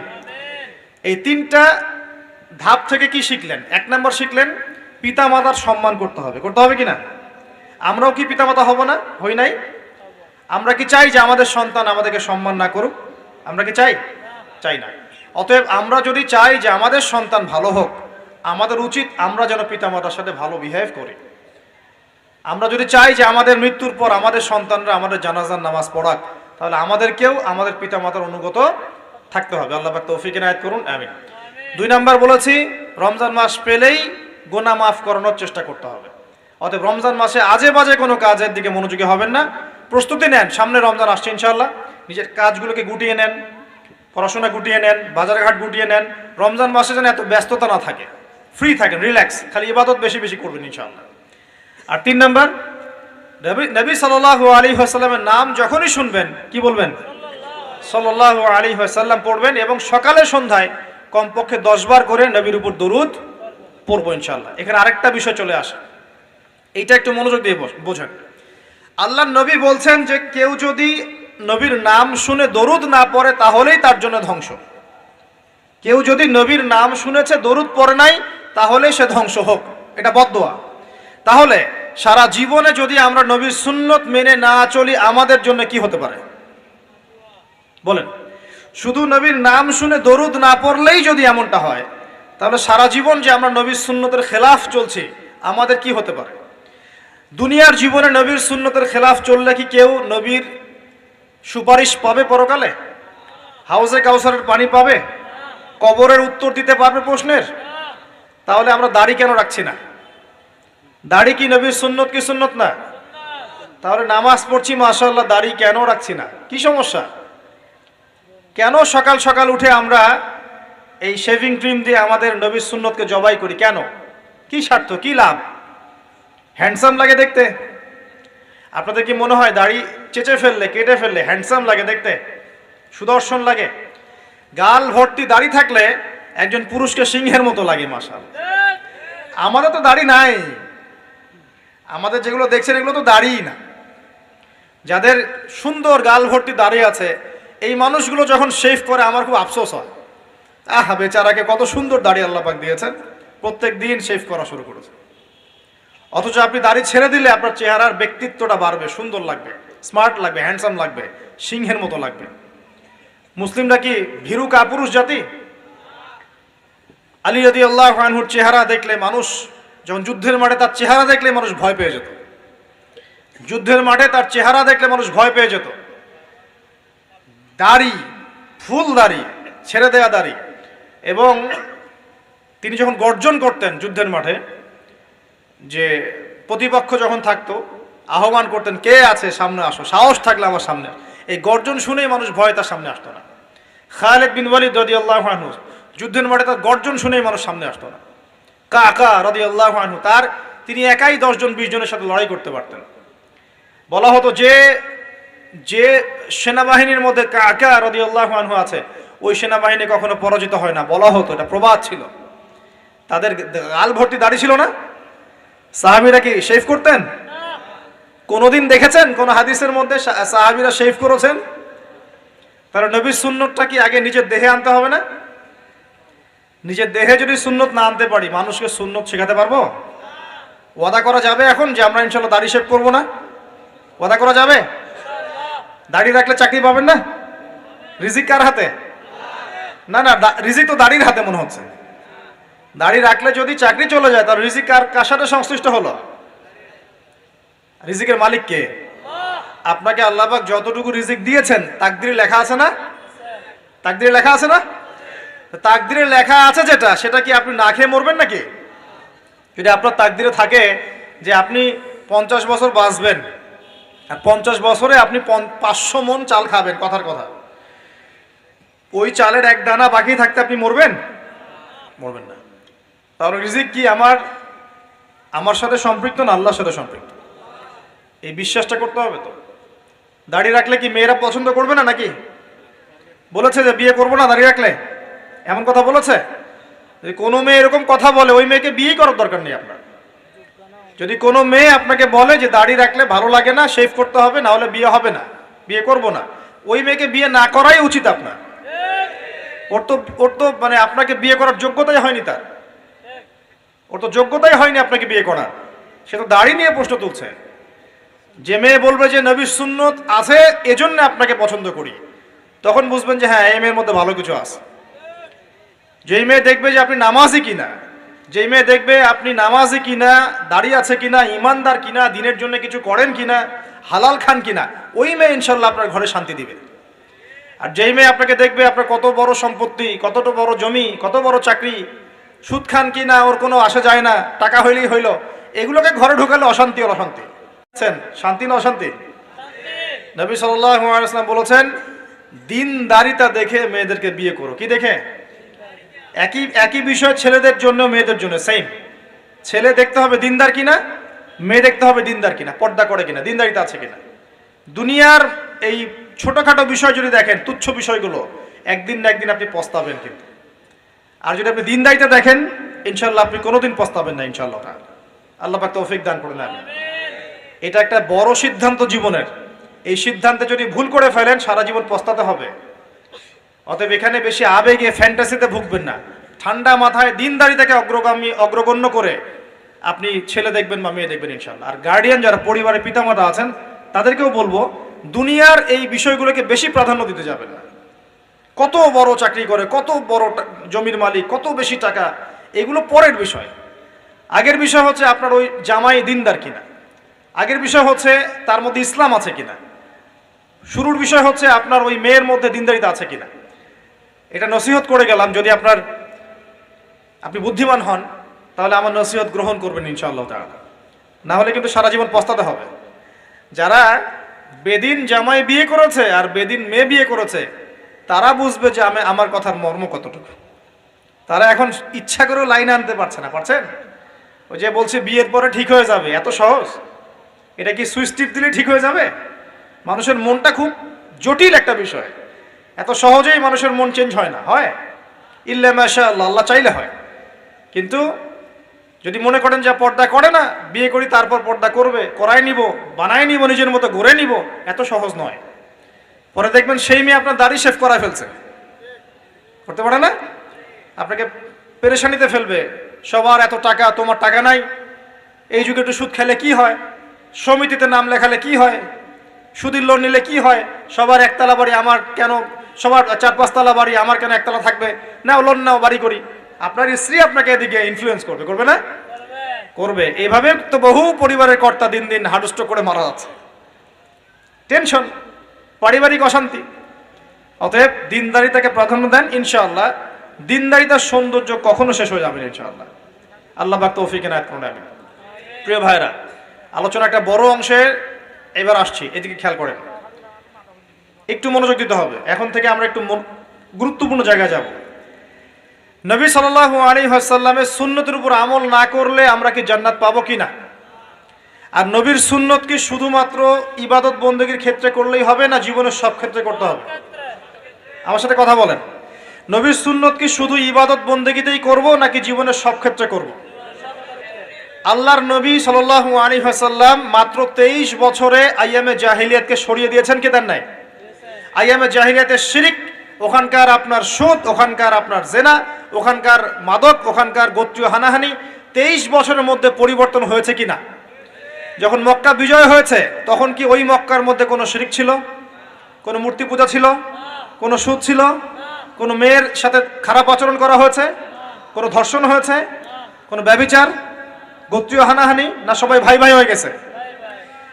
23 বছরের মধ্যে আল্লাহর নবী কি এমন করলেন যাতে একটা অন্ধকারাচ্ছন্ন সমাজ আলোকিত হলো? কি এমন করলেন, কে বলতে পারবেন? 23 বছরের মধ্যে আল্লাহর নবী কি এমন করলেন? তিনি কি কোনো জাদু করেছেন?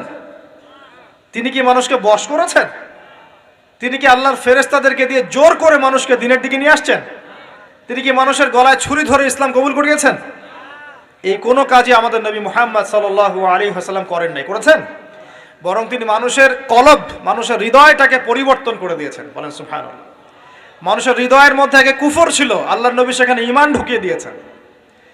মানুষের হৃদয়ের মধ্যে আগে শিরক ছিল, আল্লাহর নবী সেখানে তাওহীদ ঢুকিয়ে দিয়েছেন। মানুষের হৃদয়ের মধ্যে আগে হারাম ছিল, নবী সাল্লাল্লাহু আলাইহি ওয়াসাল্লাম হালাল ঢুকিয়ে দিয়েছেন। মানুষ আগে বস্তুবাদী ছিল, দুনিয়া কেন্দ্রিক ছিল, আল্লাহর নবী মানুষকে পরকালমুখী করেছেন। মানুষ আগে আল্লাহকে চিনত না, আল্লাহর নবী মানুষকে আল্লাহকে চিনিয়েছেন। মানুষের কবর, হাসর, জান্নাত, জাহান্নাম নিয়ে এত চিন্তা ছিল না, আল্লাহর নবী তাদেরকে পরকালীন জীবন সম্পর্কে সচেতন করেছেন। করেন নাই? কিভাবে করেছেন? উত্তর, নবী সাল্লাল্লাহু আলাইহি ওয়াসাল্লাম 2টা উৎস দিয়ে করেছেন। কয়টা উৎস ভাই? 1 নাম্বার আল্লাহর কিতাব মানে আল কোরআন, 2 নাম্বার নবীর সুন্নত মানে কি? হাদিস। আমার সাথে কথা বলেন। 1 নাম্বার কি? আল্লাহর কিতাব মানে কি? আল কোরআন। 2 নাম্বার নবীর সুন্নত মানে হাদিস। এই কোরআন এবং হাদিসকে কেন্দ্র করে মাত্র 23 বছরে নবী সাল্লাল্লাহু আলাইহি ওয়াসাল্লাম পুরো জাহিলিয়াতের চিত্রই পাল্টে দিয়েছেন। পাল্টে দিয়েছেন কিনা? আচ্ছা, কিভাবে? উত্তর, নবীজি এবং সাহাবীরা সর্বপ্রথম তারা সবাই কোরআন তেলাওয়াত করা জানতেন, 1 নাম্বার। ঠিক আছে? তার মানে সমাজ পরিবর্তন করতে হলে আমাদের সবাইকে কোরআন তেলাওয়াত করা শিখতে হবে। 2, নবী এবং সাহাবীগণ সাল্লাল্লাহু আলাইহি ওয়াসাল্লাম কোরআন শুধু তেলাওয়াতই করতেন না, কোরআনের অনেক অংশ, প্রায় পুরো অংশই তাদের মুখস্থ ছিল, ছিল না? তাহলে আমাদের কোরআন মুখস্থ করা লাগবে কিনা? পুরো অংশ না পারি, অল্প একটু করা লাগবে কিনা? অথবা এতটুকু না পারি, 1 পারা পারবো কিনা? 1 পারাও না পারি, নামাজের জন্য উপযুক্ত সূরাগুলো মুখস্থ করতে পারবো কিনা? পারবো না? সারা জীবনে কম পড়াশোনা করেছি?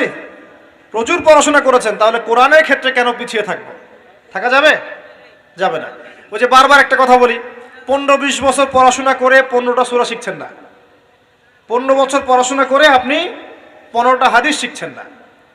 শিখেছেন? 15 বছর পড়েছেন, 10 জন জান্নাতের সার্টিফিকেট প্রাপ্ত সাহাবীর নাম বলতে পারছেন না।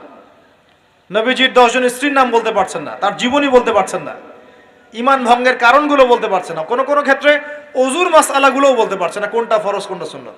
এমন আছে না? এবং এদের সংখ্যা কি কম না বেশি? এদের সংখ্যা কোটি কোটি, এমন কোটি কোটি মানুষ আছে বাংলাদেশের মাটিতে। আমরা সবাই মাশাআল্লাহ দুনিয়াবি ক্ষেত্রে শিক্ষিত হয়েছি ঠিকই, কিন্তু দিনের বেসিক জিনিসগুলো শিখি নাই। আপনি দেখবেন, আমি দেখাবো। কে আছেন বলেন জান্নাতি 10 জন সাহাবীর নাম বলতে পারবেন? একজন ব্যক্তি দাঁড়ায় যান দেখি। যদি বলতে পারেন আমার পক্ষ থেকে নগদ 1000 টাকা পুরস্কার। জান্নাতি 10 জন সাহাবী, এই দুনিয়াতেই তারা জান্নাতের সার্টিফিকেট পেয়েছেন। আল্লাহ নবী বলেছেন তুমি জান্নাতি, তুমি জান্নাতি, তুমি জান্নাতি। 10 জন বলতে পারবেন কেউ? কিন্তু বিশ্বাস করেন, আমি যদি এখন ধরি কোনো পুরস্কার দিব না, 1 টাকাও হাদিয়া নাই, আমাকে বলেন বাংলাদেশ ক্রিকেট টিমের 10টা প্লেয়ারের নাম বলেন, সবাই বলতে পারবে। পারবে না? 10 জন ইন্ডিয়ান নায়কের নাম বলতে বলেন, পারবে। 10 জন ইন্ডিয়ান নায়িকার নাম বলতে পারেন, পারবে। 10 জন আর্জেন্টিনার প্লেয়ারের নাম বলতে পারেন, পারবে। 10টা ব্রাজিলের প্লেয়ারের নাম জিজ্ঞাসা করেন, পারবে। এগুলো পারবে তারা। পারবে কি না? সত্যি কথা বলেন, পারবে কি না? অবশ্যই পারবে। 10টা বাংলা সিনেমার নাম বলেন, পারবে। 10টা হিন্দি সিনেমার নাম বলেন, পারবে। পারবে কি না? সত্যি কথা বলেন, পারবে কি না? অবশ্যই পারবে। না পারলে তো আলহামদুলিল্লাহ, আপনার জন্য দোয়া থাকবে যে পারেন নাই। কিন্তু বেশিরভাগ ছেলে পেলেই পারবে, বেশিরভাগ মেয়েই পারবে। মেয়েদেরকে জিজ্ঞাসা করেন 10টা সুন্দরী মেয়ের নাম বলো, ভারতের, পশ্চিমের, হ্যাঁ, সিনেমার, নাটকের, গায়কের, গায়িকার 10টা সুন্দর সুন্দর মেয়ের নাম বলো, বলে দিবে। পারবে না? জিজ্ঞাসা করেন আজকে গিয়ে যে 10 জন জান্নাতের সার্টিফিকেট প্রাপ্ত 10 জন সাহাবীর নাম কি, দেখবেন বেশিরভাগই বলতে পারবে না। এই বিষয়টাকে আপনি কি মনে করছেন? বিগত 10, 20, 30 বছর থেকে আমরা দেখছি যে একটা অসুস্থ প্রজন্ম তৈরি হয়েছে। অসুস্থ প্রজন্ম। কিরকম অসুস্থ? দিনের জ্ঞান অর্জনের কোনো ফিকির করে না, সারাদিন দুনিয়ার জ্ঞান অর্জন নিয়ে পড়ে আছে। এর উদ্দেশ্য একটা সার্টিফিকেট অর্জন করে চাকরি পাওয়া। উদ্দেশ্য এটাও না যে এই জ্ঞান দিয়ে সে দেশ ও জাতির খেদমত করবে, এটা উদ্দেশ্য না। অসুস্থ প্রজন্ম।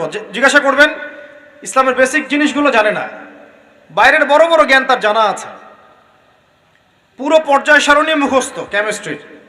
10 জন সাহাবীর নাম বলতে পারবে না, 10 জন নবীর নামও বলতে পারছে না। 10টা সূরা ধরলে প্যান্ট খারাপ হয়ে যাবে। একটা সূরা, সূরা ফাতিহা বিশুদ্ধ করে কোন আলেমের সামনে তেলাওয়াত করতে দেন, দেখবেন 10টা ভুল করে বসে আছে। অনেকে তো আলহামদুলিল্লাহ উচ্চারণ করতে পারে না। কেমন আছেন? আলহামদুলিল্লাহ ভালো আছে। আলহামদুলিল্লাহ ভালো আছে। আলহামদুলিল্লাহ, আলহামদুলিল্লাহ মানে কি? আলহামদুলিল্লাহ মানে সমস্ত প্রশংসা কার জন্য? আল্লাহর জন্য। আর আলহামদুলিল্লাহ মানে সমস্ত ধ্বংস আল্লাহর জন্য। নাউজুবিল্লাহ। অর্থ কি হয়েছে দেখছেন? আলহামদু, আলহামদু মানে ছোট হায় হাওয়াজ দিয়ে পড়লে অর্থ পরিবর্তন হয়ে যায়, উল্টা অর্থ হয়। আর আলহামদু বললে অর্থ পারফেক্ট হয়। কুল হুয়াল্লাহু আহাদ, কুল বললে একটা অর্থ হয়, আর কুল হুয়াল্লাহু আহাদ বললে আরেক অর্থ হয়। তারপরে কুল ইয়া আইয়ুহাল কাফিরুন লা আ'বুদু মা তা'বুদুন একটা অর্থ হয়। আর যখন বলে কুল ইয়া আইয়ুহাল কাফিরুন লা আ'বুদু মা তা'বুদুন আরেকটা অর্থ হয়। এগুলো আলেমরা বুঝবেন। তো কুরআনই তো পড়তে জানছে না। 15 বছর 20 বছর পড়াশোনা করে আমরা কি প্রজন্ম তৈরি করছি বলেন তো? আগামী 2-3 দিন পর তারা রাস্তাঘাটে কনসার্ট করবে, নাচবে, পিকনিক করবে, হইহুল্লা করবে এবং পশ্চিমাদের সাথে তালে তাল মিলিয়ে বলবে যে 31st night happy new year. তারা বলবে আগামী 2-3 দিন পরেই করবে। কিন্তু আজকে আরবি মাসের কয় তারিখ বলতে পারবে না। আরবি বর্ষপুঞ্জি আছে না, ক্যালেন্ডার, আরবি নববর্ষ কবে, প্রথম মাসটার নাম কি সেটা বলতে পারবে না। রমজান মাস তার আগে কোন মাস, পরে কোন মাস বলতে পারবে না। কিন্তু 31st নাইট তারা চিনে। তারা লাইলাতুল কদর চিনে না, তারা লাইলাতুল কদর চিনে না, 31st নাইট চিনে। আপনি কোন প্রজন্ম তৈরি করছেন দেখেন। এখানে প্রসঙ্গ যেহেতু এসেই গেল বলে দেই এই কথাটা, পরে ভুলে যাব, যে খ্রিস্টপূর্ব প্রায় 46 সালের দিকে এক ব্যক্তি ছিল, তার নাম ছিল জুলিয়াস সিজার। কি নাম? Julius Caesar. এগুলো আমি আসলে অনেকদিন আগে পড়েছি, আমার মাথায় এত লাইভলি নাই, আর এগুলোর চর্চা করা আমি বন্ধ করে দিয়েছি। আমাদের ফিলোসফির কিছু বই ছিল, এগুলোতে হিস্ট্রিগুলো ঘাটা ছিল সবগুলো। আর হিস্ট্রির একজন গভীর ছাত্র। তো এই জুলিয়াস সিজার নামক এক ব্যক্তি ছিল, যে আসলে সিজার নামক এক দেবতার উপাসনা করত। কথা বুঝতে পারছেন? ওদের অনেক দেবতা ছিল, এরকম একটা দেবতার নাম ছিল সিজার। ওর নামে সে নামকরণ রেখেছে জুলিয়াস সিজার। এই নক্ষত্র পূজারী ছিল, তারার পূজা করত। কথা বুঝতে পারছেন? তো তারার পূজা যে করে সে কি তাওহীদপন্থী না মুশরিক? বলেন, সে কি ইমানদার না কাফের, কোনটা? এখন সে একটা ক্যালেন্ডার ফর্ম করেছিল, এর নাম হলো এই গ্রেগরিয়ান ক্যালেন্ডার বলে আর কি। এখানে প্রথম বর্ষ যেটা, এই প্রথম বর্ষতে উৎসব পালন করা শুরু করেছে এই জুলিয়াস সিজার নামক এই ব্যক্তি প্রথম, এবং সে সমাজ এটা চালু করে দিয়েছিল। এরপরে আরও পরে প্রায় খ্রিস্টের জন্মের 800 বছরের দিকে পারস্যের এক সম্রাট ছিল, তার নাম ছিল মনে হয় জামশিদ। তো এই ব্যক্তি একজন সম্রাট ছিলেন। তো সে আবার এরকম বর্ষ বরণের জন্য একটা মানে উৎসবের আয়োজন করে, তার নাম দিয়েছিল নওরোজ। কি নাম দিয়েছে? নওরোজ, মানে বর্ষ বরণ উৎসব। এভাবে এই পারস্য উপমহাদেশে পুরো জায়গাটায় এই নববর্ষ পালনের সংস্কৃতি চলে আসে। এগুলো হতে হতে হতে আজকে যে দেখছেন আপনি 31st নাইট, এই যে গ্রেগরিয়ান ক্যালেন্ডার, যেটা মানে পশ্চিমারা সারা বিশ্ব শাসন করেছে না, যখন ব্রিটেন সারা বিশ্বকে শাসন করছিল, আমাদের এখানে ওদের দখল ছিল না। পলাশির যুদ্ধের হিস্ট্রি জানেন না? কত বছর এখানে শাসন করেছে? প্রায় 200 বছর এরা এখানে শাসন করে নাই। নবাব সিরাজউদ্দৌলার পতনের পর থেকে প্রায় 200 বছর এই ভারতীয় উপমহাদেশ তারা শাসন করেছে না। এখানে এই গ্রেগরিয়ান ক্যালেন্ডার ছড়িয়ে দেওয়া হয়েছে। এখন আমরা এই যে 31st নাইটের উৎসবটা পালন শুরু করছি। এটা কি আমাদের উৎসব? এটা কি মুসলমানদের? কাদের হলো তাহলে? পশ্চিমাদের, রোমকদের, পশ্চিমাদের, যাদের সাথে ইসলামের দূর দূর পর্যন্ত কোনো সম্পর্ক নাই। আর নবী সাল্লাল্লাহু আলাইহি ওয়াসাল্লাম কি বলছেন শোনেন। আল্লাহ নবী বলছেন তোমাদের জন্য আনন্দের উৎসব দুইটা। কয়টা? একটা ঈদুল ফিতর, রমজান মাসে সম সাধনার পরে, কিয়ামুল লাইলের পরে, তারাবির পরে, তাহাজ্জুদের পরে, কোরআন খতম দেওয়ার পরে, যাকাত ফিতর দেওয়ার পরে, ত্যাগের এই মাসের পর আমরা একটা আনন্দ করি, ঈদুল ফিতর। করি কি না? সবাই আনন্দ ভাগাভাগি করে নেই, আলহামদুলিল্লাহ। ওই দিন আল্লাহ পাক কি করেন? আল্লাহ পাক রমজানের রোজাদার যারা ছিলেন সবাইকে মাফ করে দেন, আলহামদুলিল্লাহ। মুক্তি পাই আমরা, নাজাত পেয়ে যাই। উৎসব এটা আমাদের, আনন্দ, খুশি আমাদের। আরেকটা হচ্ছে ঈদুল আজহা, যখন ওই যে ইসমাইল আলাইহিস সালামকে যে কুরবানি করার মহান স্মৃতি, সেই স্মৃতিকে স্মরণ করে আমরা ইব্রাহিমী চেতনায় আবার কি করি? ঈদুল আজহার এই পশু কুরবানির মধ্য দিয়ে নিজের পশুত্বকে কুরবানি দেই, আল্লাহর সামনে আমরা আত্মসমর্পণ করি। করি কি না? এই দুইটা হচ্ছে আমাদের উৎসব। এগুলো বাদ দিয়ে নবীজি বলছেন মান তাশাব্বাহা বিকওমিন ফাহুয়া মিনহুম। কেউ যদি তোমাদের মধ্যে অন্য কোনো জাতির সাদৃশ্য অবলম্বন করে, যে যে জাতির সাদৃশ্য অবলম্বন করবে সে তাদের অন্তর্ভুক্ত হয়ে যাবে। নাউযুবিল্লাহ। পরকালের কোনো কনসেপ্ট নাই ওদের, লা ইলাহা ইল্লাল্লাহ কোনো কালিমা নাই, মুহাম্মদুর রাসূলুল্লাহ তারা বিশ্বাস করে না। এমনকি তারা বলছে, কয়দিন আগে বললো মেরি ক্রিসমাস, বলেছে না? যে ব্যক্তি বলেছে মেরি ক্রিসমাস 25শে ডিসেম্বরে, সে ওই দিন স্বীকার করে নিয়েছে যে 25শে ডিসেম্বর আল্লাহ পাক ঈসা আলাইহিস সালামকে জন্ম দিয়েছেন। নাউযুবিল্লাহ। কথা মানে বুঝতে পারছেন না? যখনই আপনি এটা পালন করেছেন, তার মানে ওই দিন আপনি স্বীকার করেছেন যে ওই দিন আল্লাহ পাক ঈসা ইবনে মারিয়াম, আল্লাহর পুত্র, নাউযুবিল্লাহ, তাকে তিনি জন্ম দিয়েছেন। এটা স্বীকার করেছেন আপনি, করছেন না? ওই সভ্যতা এর অন্তর্ভুক্ত আপনি হতে চান? ওদের সাথে হাসর করতে চান, নাকি নবী সাল্লাল্লাহু আলাইহি ওয়াসাল্লামের সাথে করতে চান? বলেন। এটা আপনাকে বেছে নিতেই হবে। আপনি মুসলমান হয়ে এটা করতে পারবেন না। ইসলাম এই নামকাওয়াস্তে পালন করতে পারবেন না। পালন করলে পরিপূর্ণ পালন করতে হবে। উদখুলু ফিস সিলমি কাফা। তোমরা পরিপূর্ণরূপে দিনে প্রবেশ করো। তোমরা পরিপূর্ণরূপে দিনে প্রবেশ করো। নামাজও পড়বো, সুদও খাবো, এদিকে যাকাত দিব, আবার এদিকে আমি ঘুষও নিব, এদিকে আমি হজ উমরাও করব, মাদক খাবো, সুদ খাবো, জেনা করব, ফ্রি মিক্সিং করব। এইসব মানে হযবরল ইসলাম পালন করে এই যুগে চলবে না। পরিপূর্ণ ইসলাম পালন করতে হবে। আল্লাহ পাক তৌফিক দান করুন।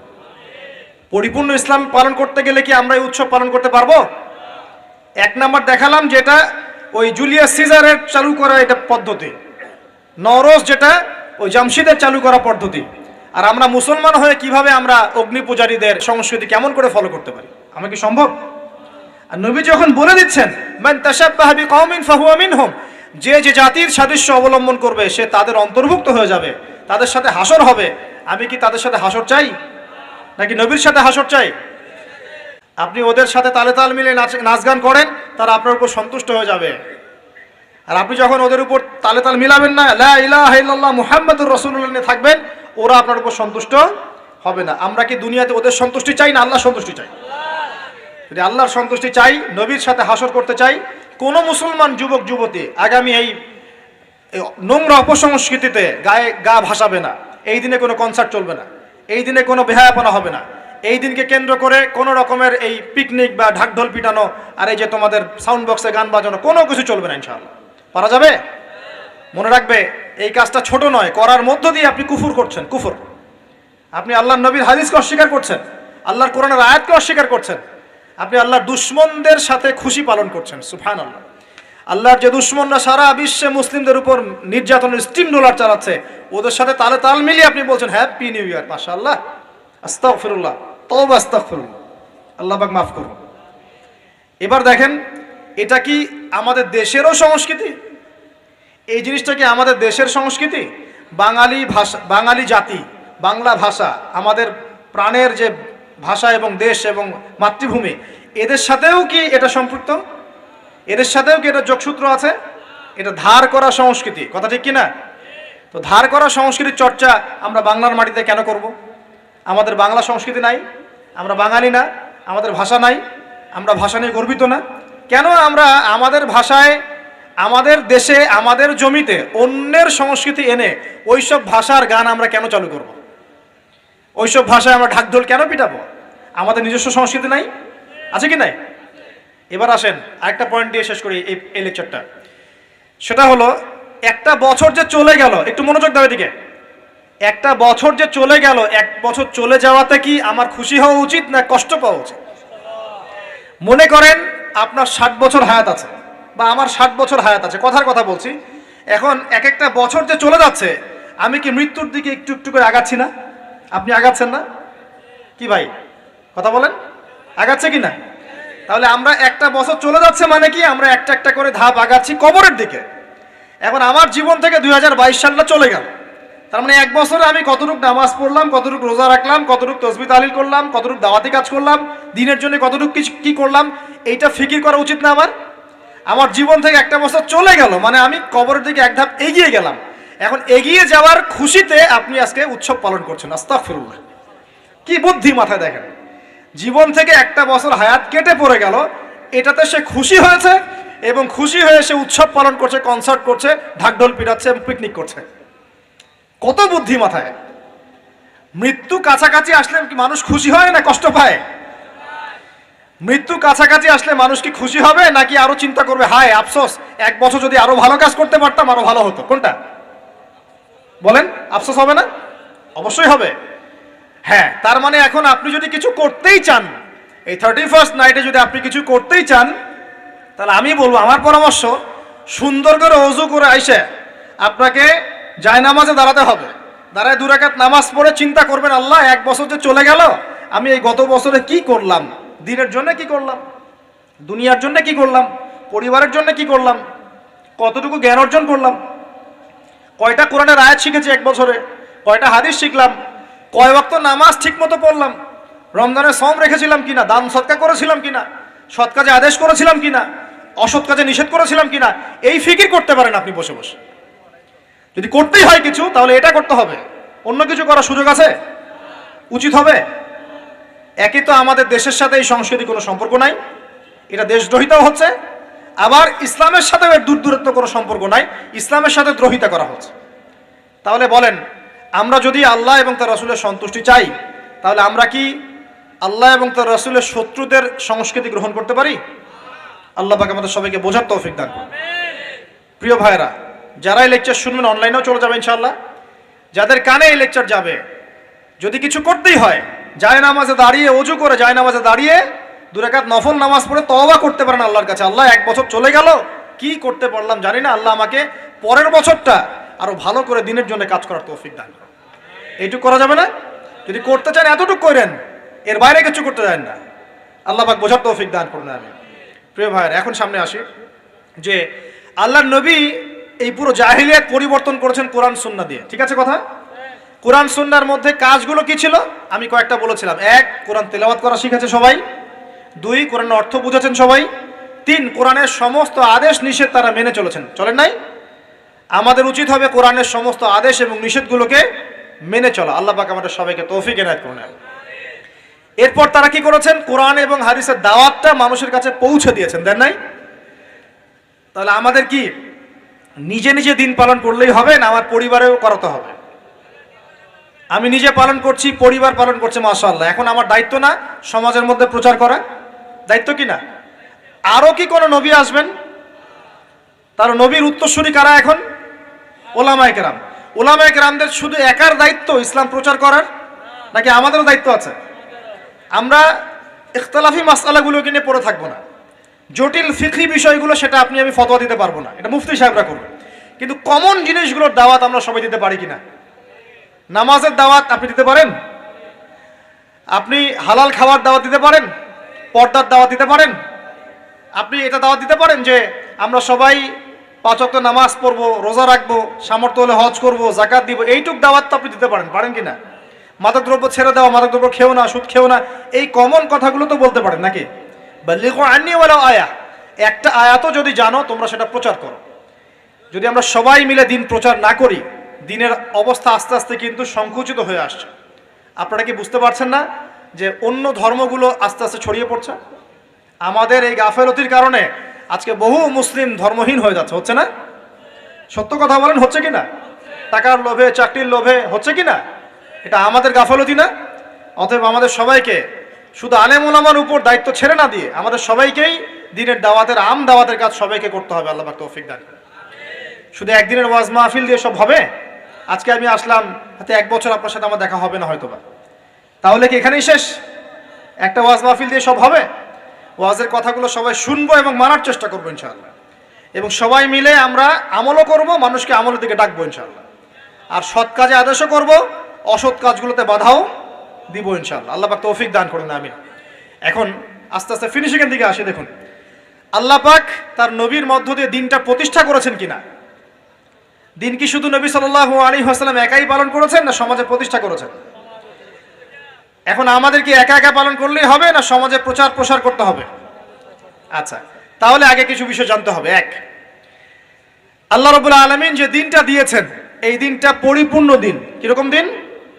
এই দিনের মধ্যে কিছু ঢোকানোর সুযোগ আছে? বের করার কোনো সুযোগ আছে? নাই। দিন ইসলাম পরিপূর্ণ কিনা উত্তর আল্লাহ পাক দিয়েছেন সূরা মাইদার মধ্যে। কোন সূরা? সূরা মাইদা 3 নম্বর আয়াত। আল্লাহ পাক বলছেন, এই আয়াতগুলো বাসায় পড়ে দেখবেন।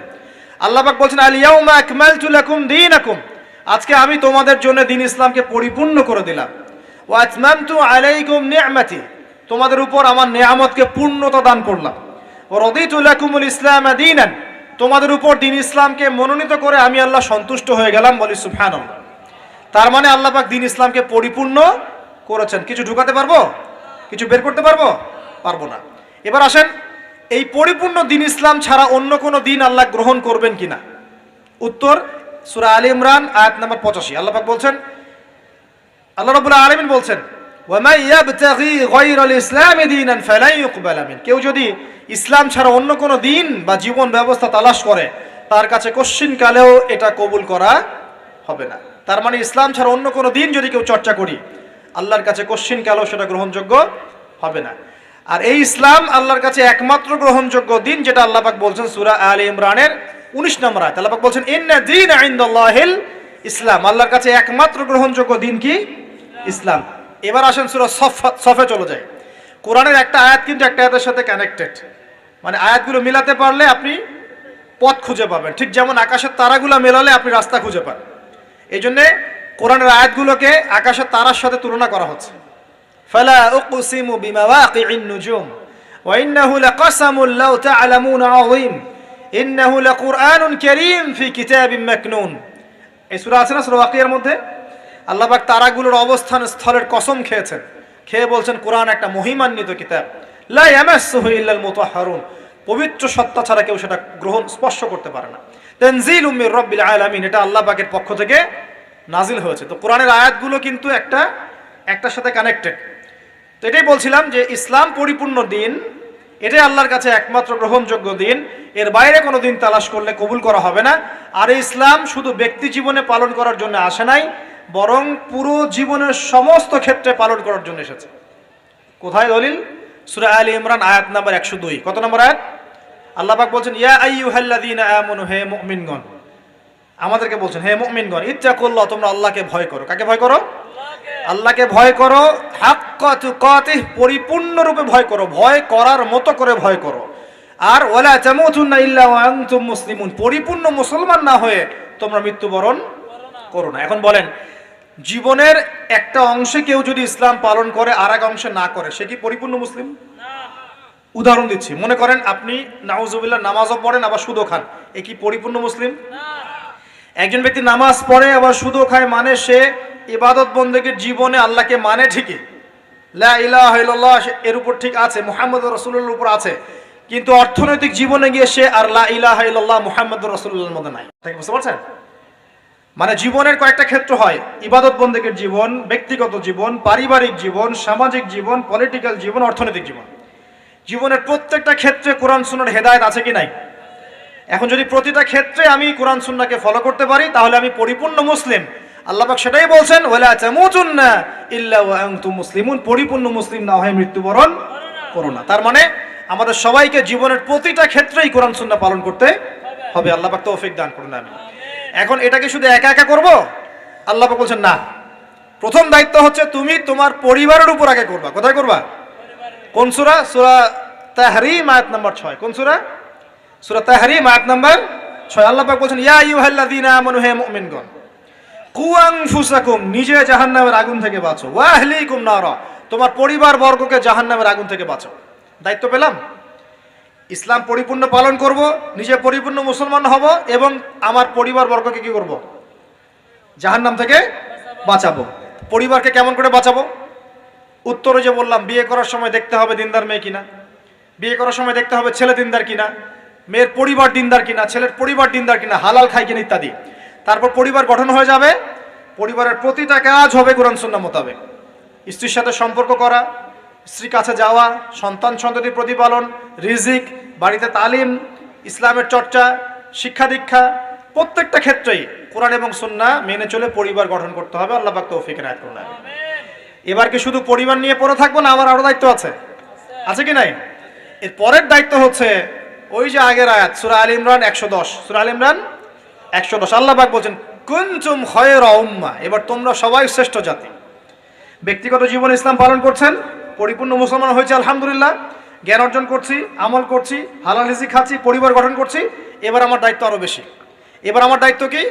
আমার দায়িত্ব হচ্ছে কুনতুম খায়রা উম্মাহ, তোমরা হচ্ছে শ্রেষ্ঠ জাতি, উখরিজাত লিন্নাস, তোমাদেরকে বের করা হয়েছে মানব জাতির কল্যাণের জন্য। তোমাদের কাজ তা'মুরুনা বিল মা'রুফ, সবাই এখন দাওয়াতি কাজ করবা, সৎ কাজে আদেশ করবা, ওয়া তানহাউনা আনিল মুনকার, সবাই মিলে অসৎ কাজে নিষেধ করবে, ওয়া তু'মিনুনা বিল্লাহ, আল্লাহর প্রতি ঈমান রাখবে। ওয়াল তাকুম মিনকুম উম্মাহ ইয়াদউনা ইলাল খায়র, ওয়াল তাকুম মিনকুম উম্মাহ ইয়াদউনা ইলাল খায়র ওয়া ইয়া'মুরুনা বিল মা'রুফ ওয়া ইয়ানহাউনা আনিল মুনকার। তোমাদের মধ্যে একটা দল থাকা চাই, একদল মানুষ থাকা চাই, যারা কি করবে? আল্লাহর প্রতি বিশ্বাসী হবে, সৎ কাজে আদেশ করবে, অসৎ কাজে কি করবে? নিষেধ করবে। আল্লাহ পাক তৌফিক এনায়েত করুন। এইভাবে করলে কি হবে? সূরা সফের একটা আয়াতের উপর আমল হয়ে যাবে। আর সূরা সফের আয়াতটাই হচ্ছে বড় পরিসরে ইসলামের বিজয়। এটা বলে শেষ করছি, শোনেন। সূরা সফের আয়াতটা হচ্ছে, আল্লাহ পাক বলছেন, ভালো করে শোনেন। আল্লাহ পাক বলছেন, হুয়াল্লাযী আরসালা রাসূলাহু বিল হুদা ওয়া দীনিল হক লিইয়ুযহিরাহু আলা দ্বীনি কুল্লি। আল্লাহ পাক বলছেন, তিনি সেই আল্লাহ যিনি তার পক্ষ থেকে হেদায়েত পাঠিয়েছেন, মানে কোরআন হাদিস পাঠিয়েছেন এবং রাসূল পাঠিয়েছেন। হুয়াল্লাযী আরসালা রাসূলাহ, তিনি সেই আল্লাহ যিনি রাসূল পাঠিয়েছেন, বিল হুদা ওয়া দীনিল হক, হেদায়েত সহকারে এবং সত্য দিন সহকারে। ইসলাম সত্য দিন না? ইসলামে হেদায়েত আছে না? হেদায়েত আছে, সত্য দিন আছে। তিনি সে আল্লাহ যিনি রাসূল পাঠিয়েছেন হেদায়েত সহকারে, সত্য দিন সহকারে। কি উদ্দেশ্যে? লিইয়ুযহিরাহু আলা দ্বীনি কুল্লি, যাতে করে ইসলাম অন্য সমস্ত দিনের উপর বিজয় লাভ করতে পারে। ইসলাম কি পরাজিত হওয়ার জন্য এসেছে? ইসলাম বিজয় লাভ করবে কখন? যখন আপনি নামাজ কায়েম করতে পারবেন, যখন আপনি যাকাত কায়েম করতে পারবেন, যখন আপনি আল্লাহর জমিনে আল্লাহর দ্বীনটা প্রতিষ্ঠা করতে পারবেন, তখন। এখন কি আমরা নামাজ কায়েম করতে পারি? নামাজের দাওয়াত দিতে পারি, নামাজ আমি দাওয়াত দিচ্ছি আপনাকে, আমি কিন্তু কায়েম করতে পারছি না। নামাজ কায়েম মানে বালেগ হয়েছে, নামাজ পড়ে না, ব্যাস ওর বিরুদ্ধে অ্যাকশন নেওয়া যাবে, এর নাম নামাজ কায়েম। চুরি করেছে, চোরের হাতটা কেটে ফেলতে পারবেন, নামাজ আপনি ওখানে বিধানটা কায়েম করেছেন। জেনা করেছে, 100 বেত্রাঘাত করতে পারবেন, তখন কায়েম হয়েছে। এগুলোকে এখন করা যাবে? এখন এগুলো প্রচার করতে পারছি, কিন্তু প্রতিষ্ঠা করতে পারছেন? আল্লাহ পাক বলছেন ইসলাম এসেছে অন্য সমস্ত দিনের উপর বিজয় লাভ করার জন্য। মানে নবীর যুগে এটা প্রতিষ্ঠা হয়েছিল না, সাহাবীদের যুগে ছিল না, শত শত বছর এমন করে ছিল। বিগত হয়তো 200, 300 বা 150 বছর থেকে আপনি দেখছেন যে বিশ্বের অবস্থা অন্যরকম। এখানে মুসলিমদের অবস্থা একটু শোচনীয়, কোণঠাসা। ইকোনমিক ভিত্তি দুর্বল, পলিটিক্যাল ভিত্তি দুর্বল, জিও পলিটিক্যাল ভিত্তি দুর্বল, মিডিয়া প্রযুক্তি সব ওদের হাতে চলে গেছে, তাই না? অস্ত্রশস্ত্র ওদের বেশি, আমাদের খুব কম। মানে আমরা বিভক্ত হয়ে গেছি। হ্যাঁ, বিভিন্ন রাষ্ট্রে বিভক্ত, রাষ্ট্রের দলে বিভক্ত, তারপরে মাযহাবের মধ্যে অনেকগুলো ভাগ হয়ে গেছে, তরিকার ভাগ হয়ে গেছে, দলাদলির অভাব আছে, প্রচুর দলাদলি। তা আমরা বিভিন্ন দিক থেকে দুর্বল হয়ে গেছি।